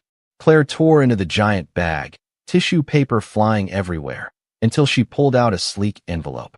When she opened it, her jaw dropped. "No way," she gasped. "A trip to Europe? 2 weeks in Italy and France." Dad announced proudly, clapping her on the back. "You've been working so hard, sweetheart. You deserve the world." Then he actually said it. He hugged her and whispered, loud enough for me to hear, "You deserve the world." That sentence stuck in my head like a splinter. I sat there, holding a $20 gift card and a lecture about gratitude, while my sister was handed a dream vacation. Everyone was laughing, hugging, taking pictures. I just sat there, smiling tightly, pretending my throat wasn't closing up. Later, while they were packing her travel essentials and talking about sightseeing in Rome, I went upstairs. I sat at my desk, staring at my laptop, the same laptop that paid the bills they bragged about keeping up with despite tough times. I checked my bank account. The last deposit from a client had hit the night before. I'd made enough to cover another month's mortgage. But this time, I didn't feel proud. I just felt stupid. That night, after dinner, Dad came into my room. "Hey, bud," he said, leaning on the doorframe. "You were a bit quiet earlier. Everything okay?" I nodded. "Yeah, just tired." He smiled faintly. "You know, one day you'll thank us for not spoiling you. Claire's trip isn't about money. It's about recognizing hard work." "Right?" I said, keeping my tone even. "Hard work." He didn't catch the bitterness. He just nodded and patted the doorframe before leaving. Get some rest. When he left, I sat there for a long time. I thought about all the nights I'd stayed up coding websites, designing logos, fixing their finances when they didn't even know what was due. I thought about the way Mom had smiled at Claire that morning, so full of pride. I realized something then. It wasn't just favoritism. It was blindness. They didn't see me. Not really. To them, I was a safety net, a backup plan, a quiet son who didn't complain. So I made a decision. Around midnight, I started packing. Not dramatically, just quietly, methodically. Laptop, charger, clothes, essentials. I didn't even leave a note. I'd been saving money for months, thinking I might move out by summer. I just hadn't planned for it to happen overnight. But sitting there, surrounded by the faint sound of Claire laughing downstairs as she showed Mom some travel vlog about Paris, it suddenly felt like the only thing that made sense. By 1 a.m., I was gone. I rented a small studio apartment in the city, nothing fancy, but mine. The next morning, I turned off location sharing and blocked their access to my online accounts. For once, I didn't feel guilty. For a few days, there was silence. Then the calls started. First, a few missed calls from Mom. Then a text from Dad. Where are you? We need to talk. I ignored them. But by the end of the week, my phone was buzzing nonstop. They weren't angry anymore. They were panicked. I finally answered one evening, just to see what they wanted. Dylan, Mom's voice cracked through the line. We can't make the mortgage payment. The account's empty. What happened? I leaned back in my chair, staring at the ceiling. What happened? I repeated softly. I stopped paying it. There was silence. Then a sharp inhale. Stopped. What do you mean you stopped? You've been covering it since February. We thought that I'd keep doing it forever? I said, without you even noticing? Without a thank you? Without even a card that wasn't about learning gratitude? Dad's voice came on, rough and trembling. Dylan, son, this isn't funny. We have bills. We have responsibilities. So did I cut in. And I handled them. Alone. I could hear the panic in their voices turning into something else. Guilt. Maybe, or realization. But I didn't let them speak. I learned gratitude. All right, I said quietly. Just not the kind you meant. And then I hung up. That was the last time I heard their voices for a long while. But what happened after that? That's when things really got complicated. Because when people lose the person they took for granted, they start to see just how much they relied on them. And my parents? They were about to learn that lesson in the hardest way possible. The first week after I left was the quietest my life had ever been.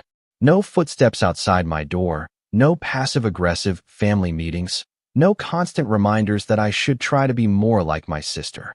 My new place was tiny, just a studio with beige walls, a cracked window frame, and a mattress on the floor, but I loved it. It was freedom. For the first time, every sound in the room was mine. The soft hum of my laptop, the click of my keyboard, the boiling of cheap instant noodles. I threw myself into work. Clients poured in, mostly small businesses who needed websites or ad designs. Word of mouth spread fast because I actually cared about the projects. I wasn't rich, but I was stable. And more importantly, I was in control. My parents didn't give up easily, though. After I hung up that night, they texted every day. At first, they tried guilt. We can't believe you'd abandon your family like this. Your sister's been crying nonstop, Dylan. She misses you. Do you have any idea how hard things are for us right now? Then came manipulation disguised as care. We just want to know you're safe. You can stay mad, but please come home for dinner. Let's talk it out. I didn't answer. I'd said everything I needed to. But one night, about 2 weeks after the birthday, my sister texted me. Her message popped up while I was finishing a logo design. Claire, hey, are you really not talking to Mom and Dad? Me, not right now. Claire, they're freaking out. You kind of blindsided them. Me, did they tell you why? Claire, they said you're overreacting. That it's just money stuff. Me, yeah, I figured they'd say that. She sent a long pause, then another text. Claire, look, I know the Europe thing looked bad, but it's not like I asked for it. They surprised me. I stared at the screen, my jaw tightening. She was right. She hadn't asked for it, but she also didn't hesitate to flaunt it. Her Instagram was full of posts about manifesting your dreams and hard work paying off, while I sat in my one-room apartment eating noodles. Me, I know you didn't, but it's the pattern, Claire. You get everything. I get lectures. Claire, that's not true. Me, you got a trip to Europe. I got a coffee card and a speech about gratitude. Claire, You're being dramatic. Me, maybe. But I'm also free now. She didn't reply. I think that was the first time I'd ever stood up to her without apologizing after. 2 days later, Mom showed up at my apartment. I was in the middle of a client call when someone started pounding on the door. I muted my mic, expecting maybe a package delivery. But no, it was her voice, trembling with a mix of frustration and concern. Dylan, open the door. Please. I hesitated, then opened it halfway. She looked exhausted. Her hair was frizzed, eyes red, makeup smudged. It was like she hadn't slept properly in days. Mom, I said quietly, you shouldn't have come here. She stepped forward like she might push the door open, but I didn't move. We're worried sick. Your father hasn't been himself.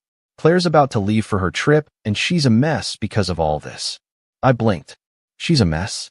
Don't use that tone, she said sharply. You disappeared without a word. You left us to deal with bills, responsibilities.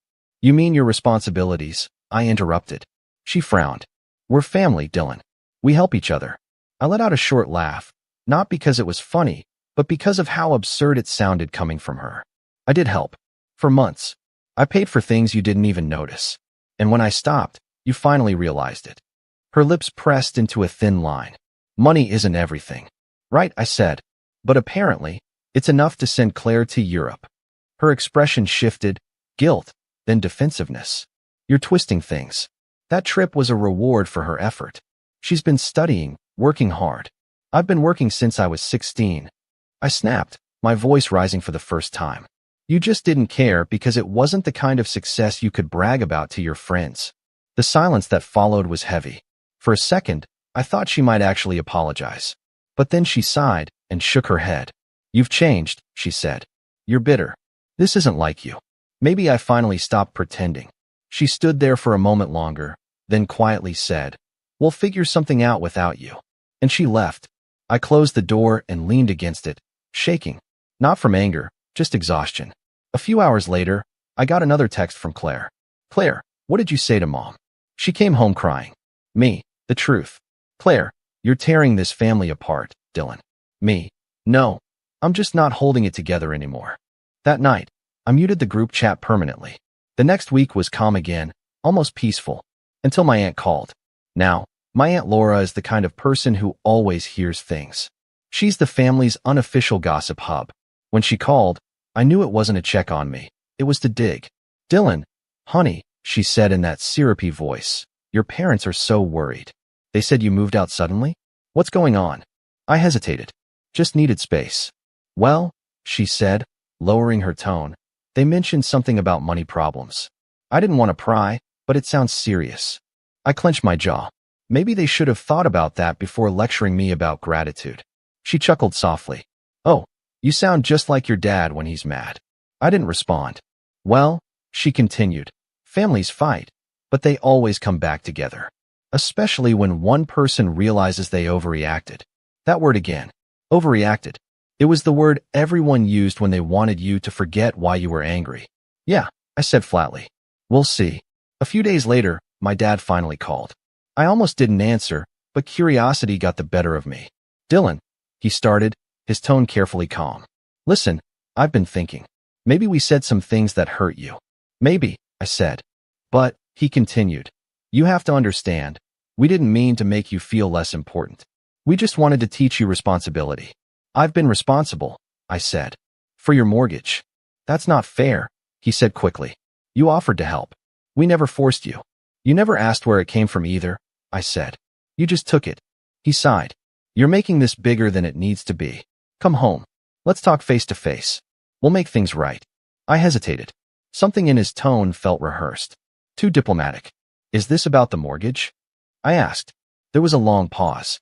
It's part of it, he admitted. The bank's been calling. We just need a little help getting caught up. And there it was. The real reason. Dad, I said slowly. Do you realize how insane this sounds? You're asking your 19-year-old son to pay for your house again after ignoring him for years. I'm not asking, he said, his voice tightening. I'm saying we need to work together as a family.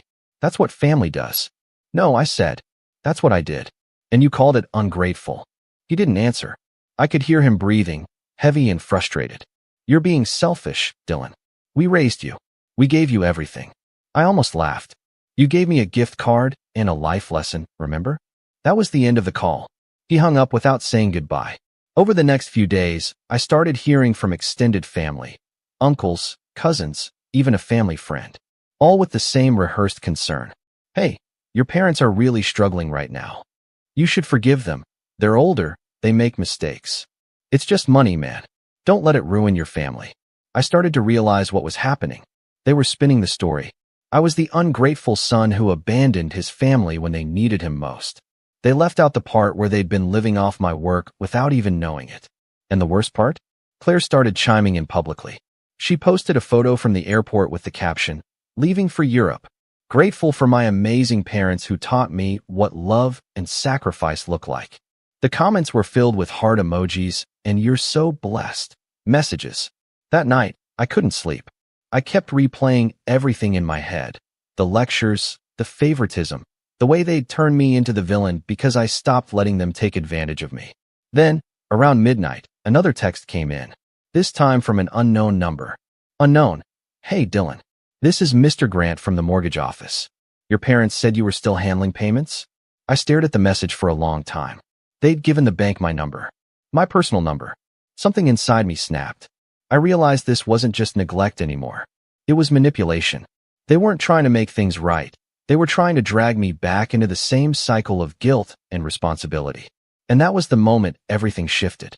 Because I decided that if they wanted to play games, I wasn't just going to sit back and watch anymore. They thought I was just a quiet kid who ran away after a tantrum. They had no idea I'd been keeping records, tracking payments, saving receipts, building something far bigger than they imagined. They'd mistaken kindness for weakness, but not for much longer. It's strange how betrayal doesn't always come with screaming or slamming doors. Sometimes it arrives quietly, like a soft knock in the middle of the night.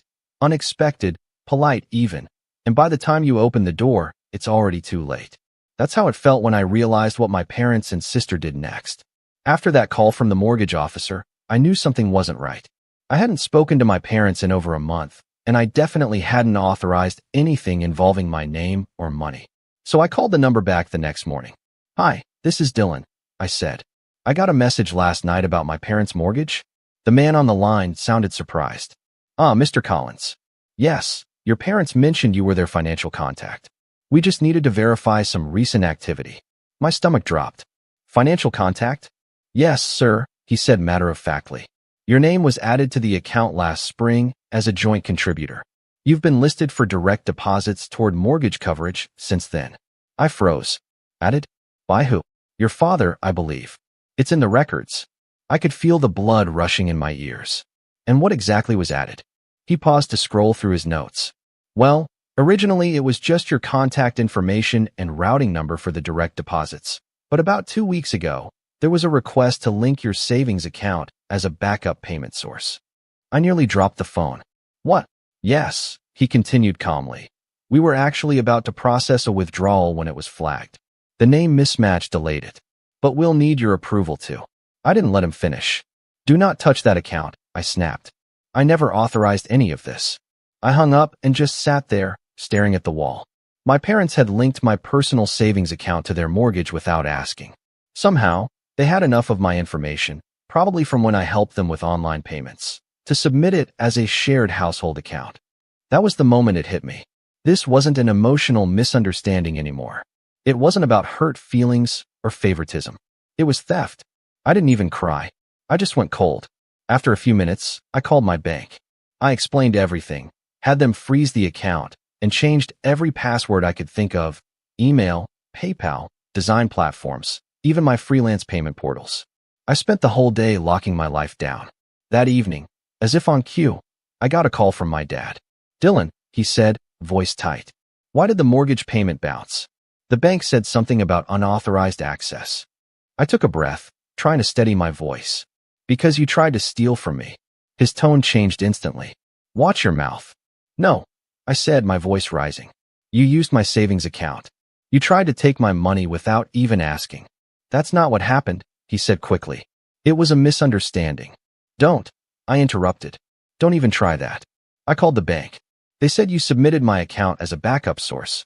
Do you even realize how illegal that is? There was silence on the other end for a few seconds before he finally said, "We did what we had to do. The bank was threatening foreclosure. You're part of this family, Dylan. You should want to help." "Help?" I repeated, my voice trembling with anger. "You mean bail you out? Again, without consent?" "You're blowing this out of proportion," he snapped. "You've always been so sensitive. You make a little money and suddenly think you're better than everyone else." I laughed bitterly. "Better? I've been carrying this family quietly for years, and you call me ungrateful? You didn't even ask. You stole from me." "Lower your voice," he barked. "You don't talk to your father that way." "Then act like one," I said, and hung up. For the first time, I didn't feel guilt after ending a call. Just a deep, cold fury. But the next day, things got worse. When I opened my laptop to check my freelance portal, my main account was locked. It said suspicious activity detected. Please verify your identity. I contacted support, and after an hour of back and forth, they told me someone had tried to change my recovery email. The request came from an IP address matching my parents' house. I felt my stomach twist. My dad might have been desperate enough to use my account to send payments, or worse, to access my income directly. That night, I drove back to the old neighborhood for the first time since moving out. I didn't go to their house. I parked across the street and just sat there. The windows were lit. Through the curtains, I could see my mom moving around the kitchen. My dad sat in his usual recliner, typing on his laptop. And there, sitting beside him, was Claire. She'd come back from Europe early. I didn't even have to guess why. When I finally worked up the nerve to go to the door, my mom opened it almost immediately, as if she'd been waiting. Her face lit up for a second before she saw my expression. "Dylan," she said cautiously, "you shouldn't just show up like this." "I wouldn't have to if you hadn't tried to rob me," I said flatly. Her smile faded. "That's not fair. You make it sound so ugly." "It is ugly," I said. "You used my account information without permission. That's fraud." "Don't talk like that," she said sharply, glancing toward the living room. "Your sister can hear you." "Good," I said louder. "Maybe she'll learn what family ethics actually look like." Dad stood up, frowning. "You're making a scene." "I'm making a point," I shot back. "You've crossed every line there is. You went behind my back, tried to access my money, and then acted like I owed it to you." Claire stood up from the couch, folding her arms. "Can you calm down? You sound insane." "It's just money." I turned to her slowly. "Easy to say when you're the one getting free vacations." Her eyes narrowed. "You're still bitter about that? God, you really can't let anything go." "I can let things go," I said quietly. "But theft isn't one of them." Dad stepped forward, his tone shifting to that calm, patronizing register he always used when he wanted to end an argument without actually addressing it. "Dylan, you need to understand, this isn't just about us. This house belongs to all of us. You grew up here. That mortgage is as much your responsibility as ours." "No," I said, my voice steady. "It's not. I'm 19. I didn't sign that loan. You did. You made choices, and now you're trying to drag me down with you." He opened his mouth to speak, but I kept going. "You've been living beyond your means for years. The new car, the expensive gifts for Claire, the renovations, all while telling me there's no money to spare. You didn't want a family. You wanted investors." For a second, I saw something flicker in his eyes. Shame, maybe. But then he said something I'll never forget. "Well, maybe if you hadn't moved out, we wouldn't be in this mess." That sentence broke something in me. I'd been carrying their debt, their pride, their guilt, and now they were trying to make me the reason for their downfall. "I can't believe you," I whispered. "You really think I'm the problem?" Mom's voice softened, almost pleading. "Honey, we just wanted to hold the family together. You left so suddenly. Your dad didn't know what else to do. He thought linking your account would buy us time." I stared at her, stunned. "Buy you time? With my money?" She nodded weakly. "We were desperate. And that was the truth. Except desperation wasn't an excuse. It was a choice. They could have asked, but they didn't. They took. Because deep down, they never saw me as separate. They saw me as theirs to use." I didn't yell. I just took a deep breath and said quietly, "I want every trace of my name removed from your finances. Mortgage, utilities, everything. You have a week." Dad scoffed. "Or what? You'll call the police." I met his eyes. "If I have to." He laughed, a hollow, bitter sound. "You wouldn't dare. You'd ruin your own family." "I didn't ruin it," I said. "You did." I turned and walked out before I said anything worse. As I got in my car, I saw Claire watching from the window, her face hard and unreadable. For a second, I thought she might come after me, but she didn't. That night, I couldn't sleep. My hands kept shaking as I replayed the conversation over and over. The betrayal wasn't just about money. It was about trust. About realizing the people who raised you could justify hurting you if it meant keeping their comfort. The next morning, I started digging. I went through my emails, bank logs, and payment statements. That's when I noticed something else. Several transfers I didn't remember approving. Small amounts at first, $100 here, $200 there, sent to a household account under my dad's name.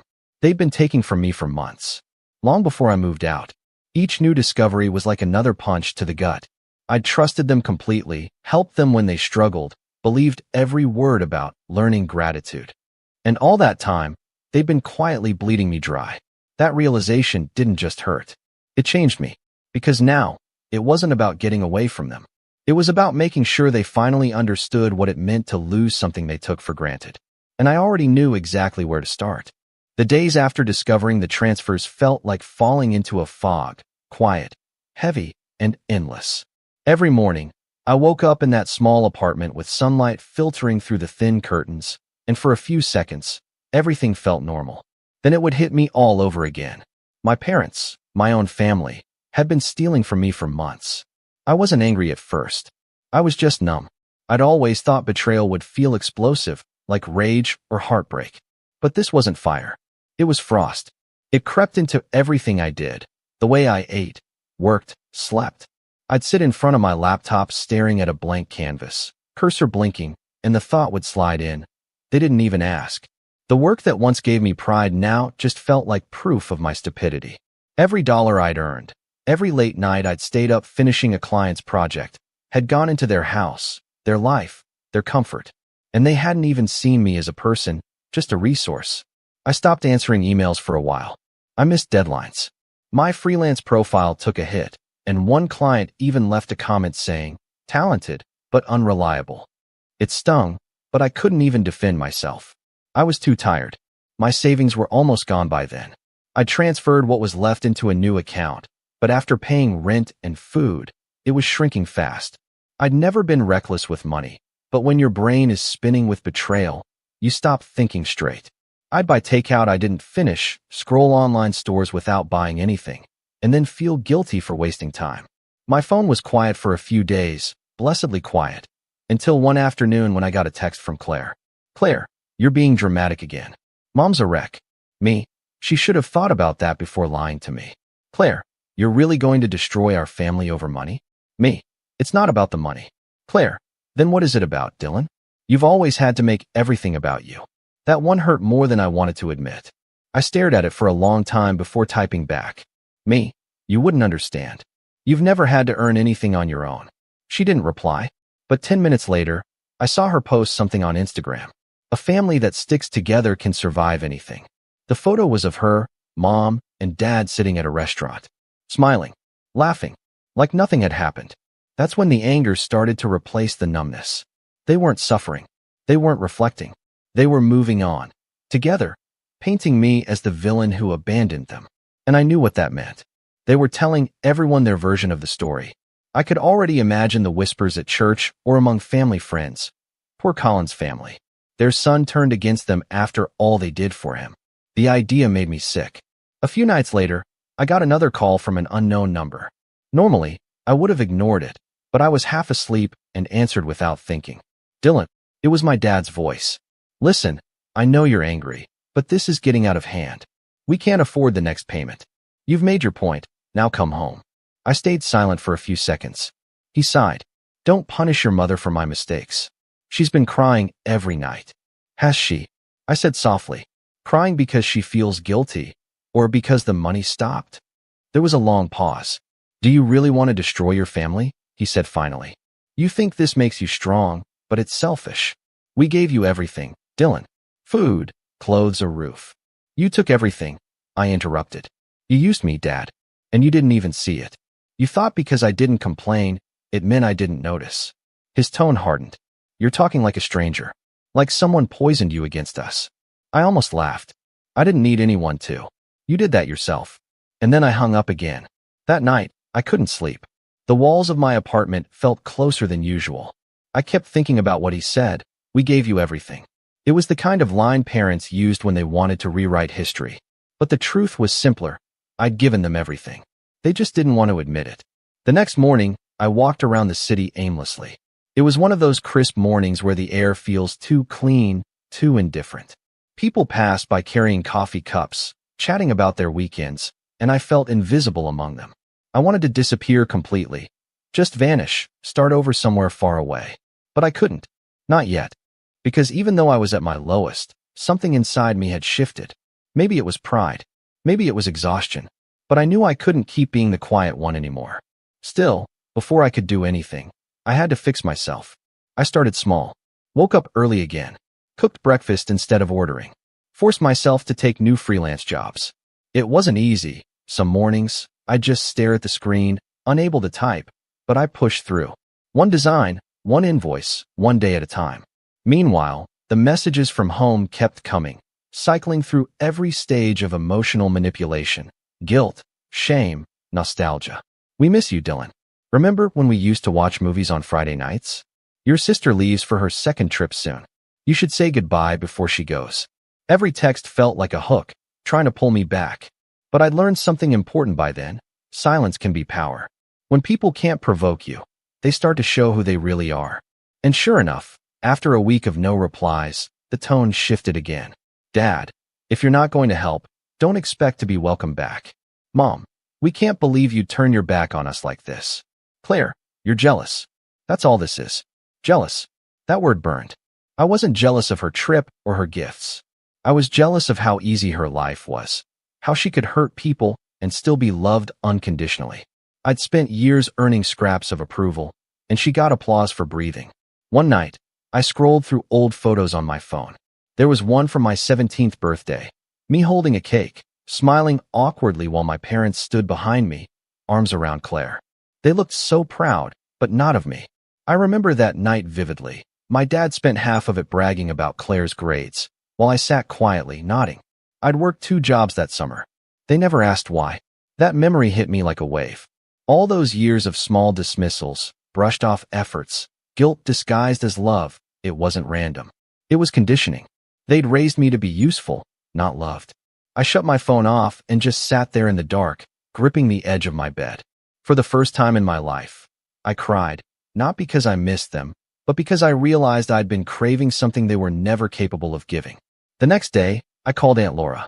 She was the only one who hadn't texted me directly since everything blew up, which made me suspicious. Aunt Laura, I said carefully, did my parents say anything to you about me? She hesitated. Well, they're upset. They said you cut them off financially and left them in a bad spot.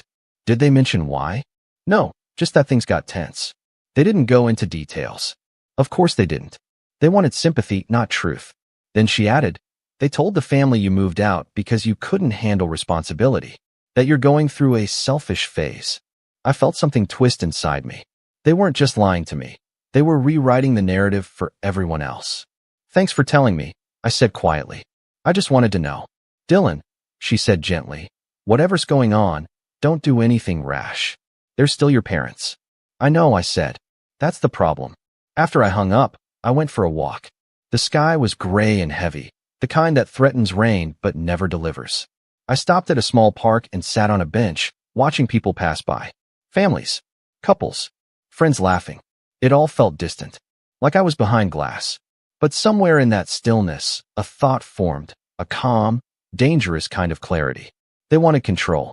They wanted me to come crawling back out of guilt or fear or loneliness. But what they didn't realize was that the only thing left for them to lose was the illusion of control itself. And that was something I could take away quietly. I didn't have to yell. I didn't have to fight. All I had to do was prepare. Over the next week, I started gathering everything I'd need. Every invoice, transaction, email, and document showing the money trail between my freelance work and their mortgage payments. I backed them up in multiple folders, labeled by date and client. I didn't even know exactly what I was going to do yet, but I knew I needed proof. Each file I saved felt like reclaiming a piece of myself. Still, even with a plan slowly forming, the loneliness was brutal. Nights were the worst.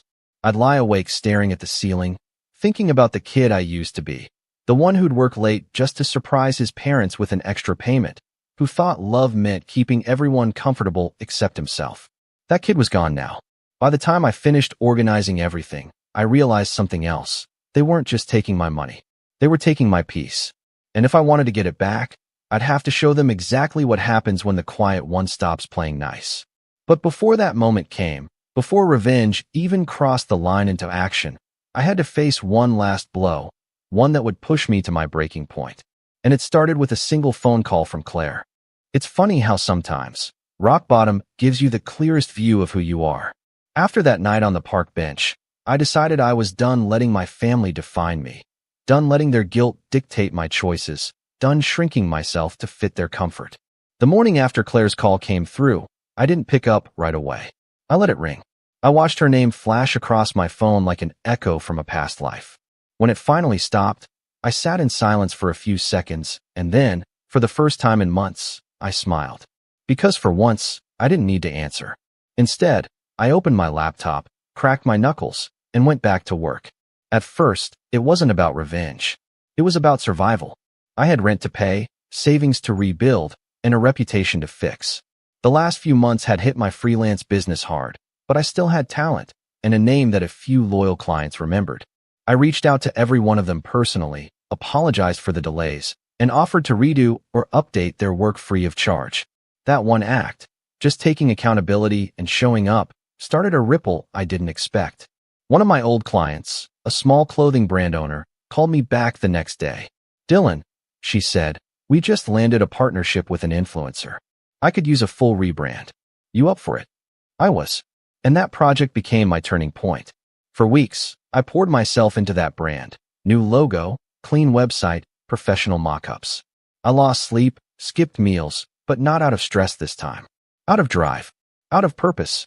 When the influencer finally posted the launch, their site blew up. Sales tripled in a week. The brand owner messaged me, "You did this. You're a genius." That message hit me harder than any compliment my family had ever given. Because this time, it wasn't about obligation. It was earned. Word spread quickly in the small business circuit. Suddenly, I had DMs and emails from boutique owners, coaches, small agencies, all wanting help with design or websites. It was chaos, but the kind of chaos that felt like progress. I raised my prices. They still kept coming.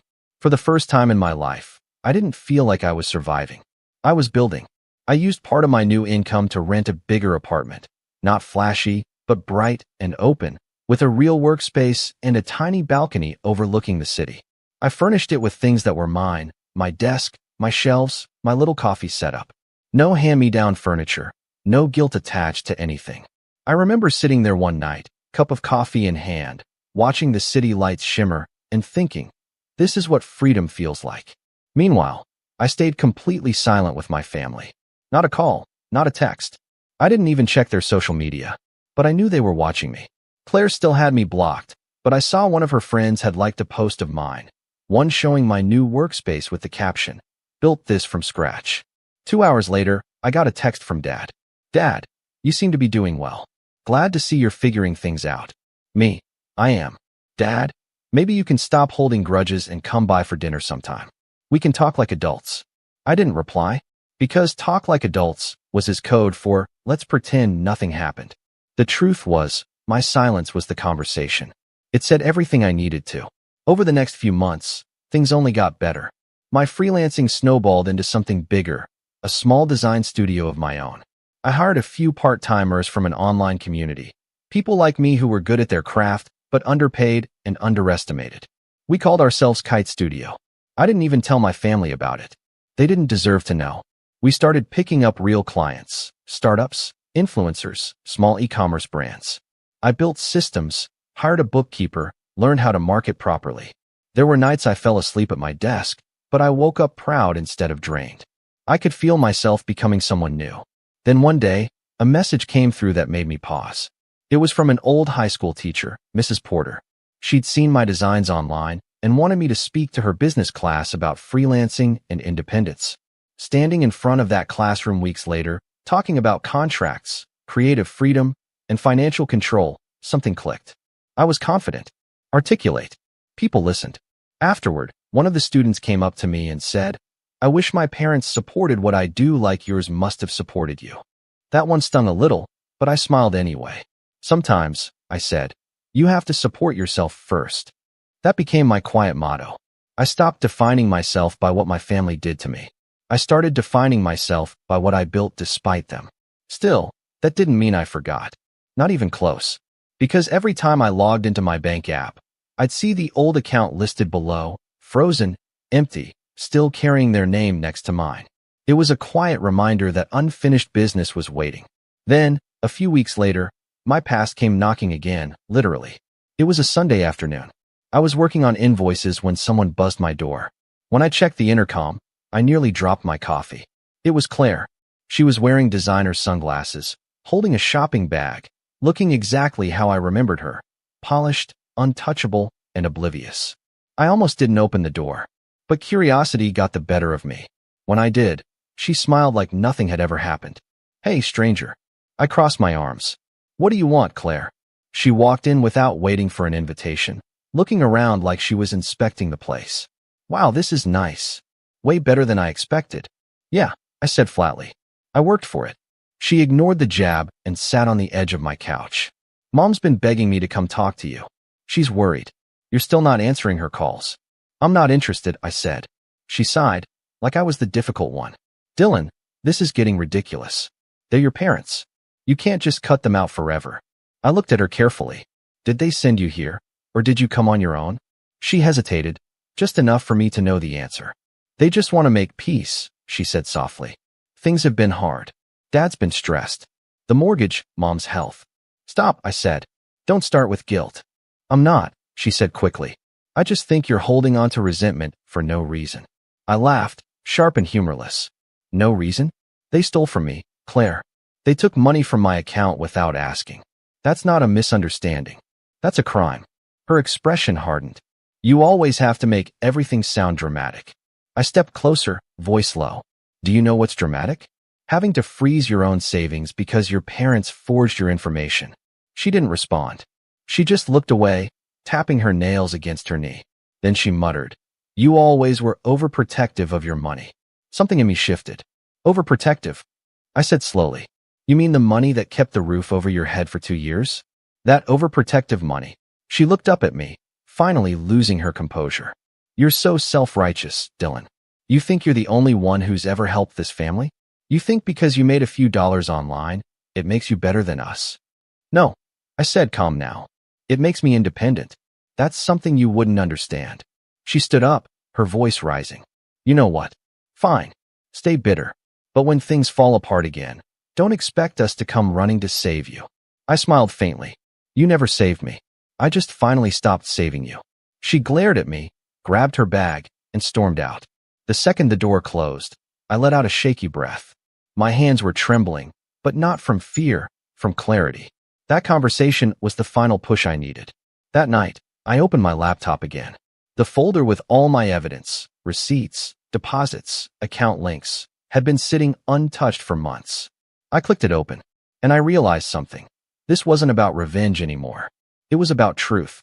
They had built their version of me, the ungrateful, selfish son, and told everyone who'd listen. But I had the power to show who I really was. Not through shouting or arguments, but through proof. I didn't know exactly how yet. Maybe a legal report, maybe public exposure, maybe something more poetic. But one thing was certain. Their illusion of control was about to end. Because the thing about rising from rock bottom is, once you climb high enough, you stop being afraid of falling. And I was higher than I'd ever been. I didn't wake up one morning thinking, today's the day I'll get revenge. It wasn't like that. It was slower, quieter, like realizing you've been holding your breath for months and finally deciding to exhale. Revenge didn't feel like fury anymore. It felt like focus. After Claire's visit, something inside me snapped into place. For the first time, I wasn't reacting to them. I was planning. And the more I thought about it, the more I realized that my family's power over me had never come from money. It came from reputation, from control, from the image they projected to everyone around them. They cared more about looking good than being good. That was the weakness I could use. They had stolen my money, twisted the story, and painted me as the selfish son who abandoned them. But I had something stronger than words: proof. Every payment, every invoice, every time I'd bailed them out when they were just a little behind. I had records going back 2 years, sitting neatly in a folder labeled Colin's Financial Assistance. I'd even kept copies of their emails thanking me for helping out with the bills. I hadn't realized how much evidence I'd collected just by being responsible. I started by creating a digital timeline, each transaction, each bank transfer, organized by date. Then I added screenshots of texts and emails, Mom asking for a little help with the utilities, Dad sending me his account number, Claire's Venmo request for rent money that she never paid back. It looked like a case file. And then, because I'm a designer, I made it beautiful. I formatted it into a clean, readable report: dates, amounts, context. By the time I was done, it looked like a polished financial statement, professional enough to hand to a lawyer. That was step 1. Step 2 was more delicate. I knew Aunt Laura was still the family's main gossip hub. If I gave her something, she'd spread it. She always did. But I couldn't just dump it on her.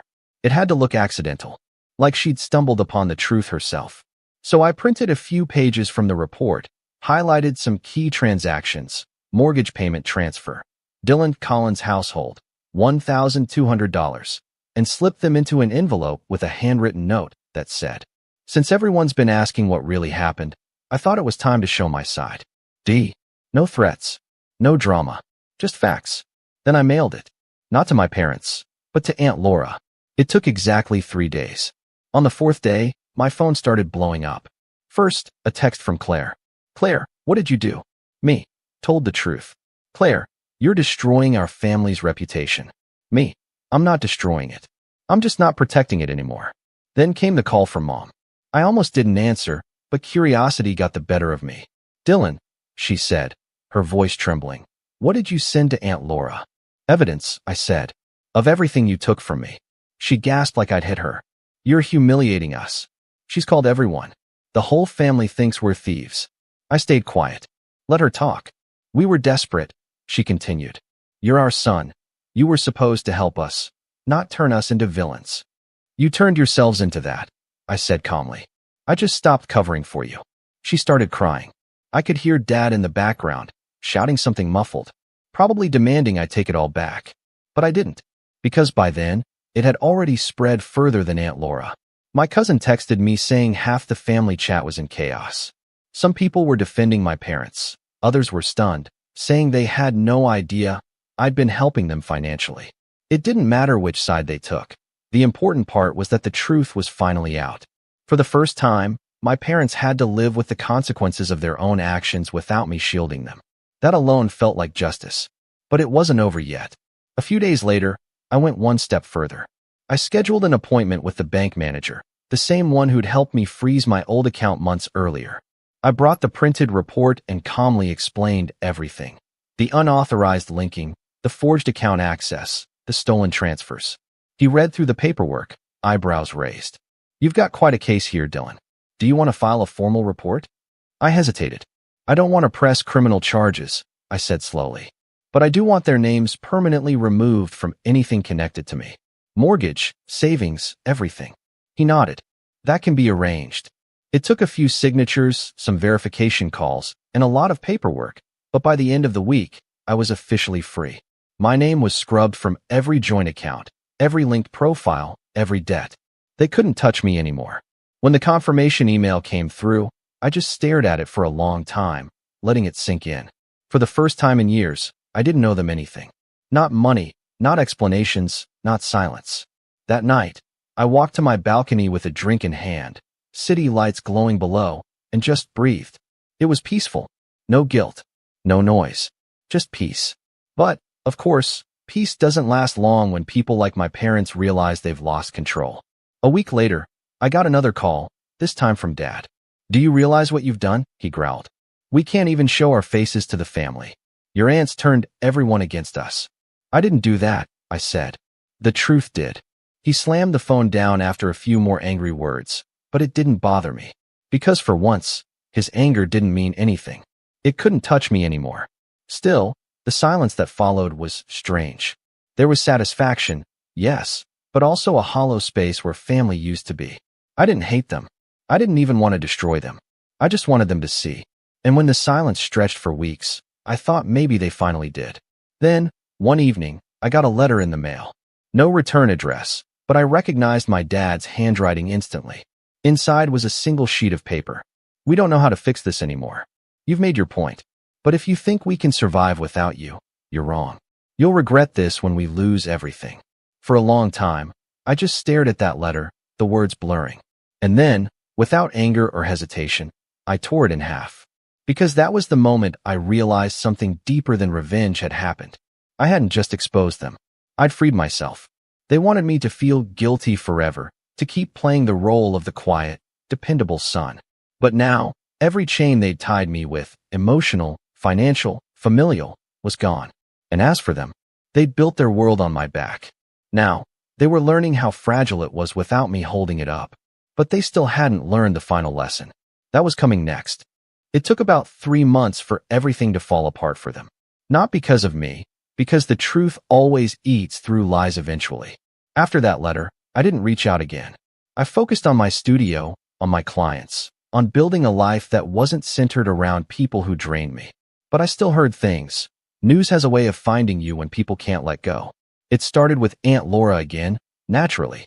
She called one afternoon, her tone unusually somber. "Dylan," she said quietly, "I thought you should know. Your parents' house went up for sale." I didn't say anything. They couldn't keep up with the payments. The bank's been after them for months. They tried to refinance, but after the financial review, she hesitated. "Let's just say your name missing from the paperwork didn't help." I nodded slowly, the information settling in like cold rain. I didn't feel triumphant, just resolved. "They'll have to move in with a relative for a while," she added. "They're embarrassed. Your mom barely leaves the house." I thanked her for telling me and hung up. I should have felt pity. Part of me did. But another part, the part that had spent years being invisible, belittled, and guilt-tripped, felt something closer to closure. Claire, of course, tried to spin it. I saw a post from her not long after. "Hard times teach us who we really are. Grateful for family through it all." The comments were full of sympathy. But there was no trip to Europe this time. No flashy photos. No laughter. She'd gone quiet, too. I knew why. The fallout from my report hadn't just hit my parents. It had exposed everything they'd done financially, including the extra credit cards in her name that Mom had quietly paid off using my transfers. When those payments stopped, so did her freedom. It was like watching a castle crumble from the inside. A month later, I ran into Mom unexpectedly at a grocery store.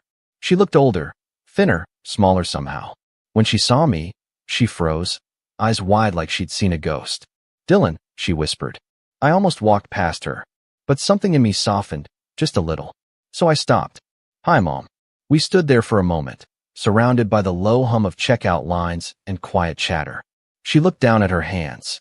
"Your father's been looking for work," she said finally. "Things have been hard." I know," I said. She swallowed hard. "We never wanted it to get like this. We didn't think." "No," I said gently. "You didn't." Her eyes welled up. "I'm sorry," she said, voice breaking. "We should have treated you better. We should have asked instead of taking. You didn't deserve any of it." For a second, I didn't know what to say. I dreamed about hearing those words for years, but now that they were real, they didn't feel like victory. They just felt sad. "I forgave you a long time ago," I said quietly. "I just can't forget." She nodded, tears spilling down her cheeks. "That's fair." We stood there for a few seconds longer. Then I picked up my bag, nodded once more, and walked away. I didn't look back. That was the last time I saw her in person. We never had a dramatic reconciliation, no teary hug or heartfelt montage. Just that moment, two people standing in the frozen food aisle, realizing they were strangers now. But life kept moving. My studio grew. I hired full-time employees. We started working with bigger clients, real brands, even a couple of national campaigns. I built partnerships, spoke at events, and learned to love the quiet success that came from building something honest. Every once in a while, I'd get a message from a family member, someone checking in, someone trying to rebuild a bridge, but I never went back. I didn't need to. The peace of not being needed was better than any apology they could have given me. Months later, I got an email notification that caught me off guard. It was from the mortgage company. A final closure notice, confirming the Collins property had been sold and the account settled. I stared at the screen for a long time. That house had been my entire childhood. It held every memory, good and bad, every version of me they'd ever ignored. And now it was gone. But instead of sadness, all I felt was lightness. Like I'd finally dropped a weight I'd been carrying for years. That night, I stood on my balcony again, city lights stretching out below, the wind cool against my skin. I thought about the kid I used to be, the one who sat in his room working late into the night, desperate for approval that never came. He was gone now. In his place stood someone who didn't need to prove anything to anyone. I picked up my phone, scrolled through the contact list, and hovered over Dad. For a second, I thought about calling, saying something, maybe even goodbye. But then I realized, I already had. I deleted the contact. Then, looking out at the skyline, I whispered to no one in particular. I learned gratitude, Dad. Just not the kind you meant. And this time, I actually smiled.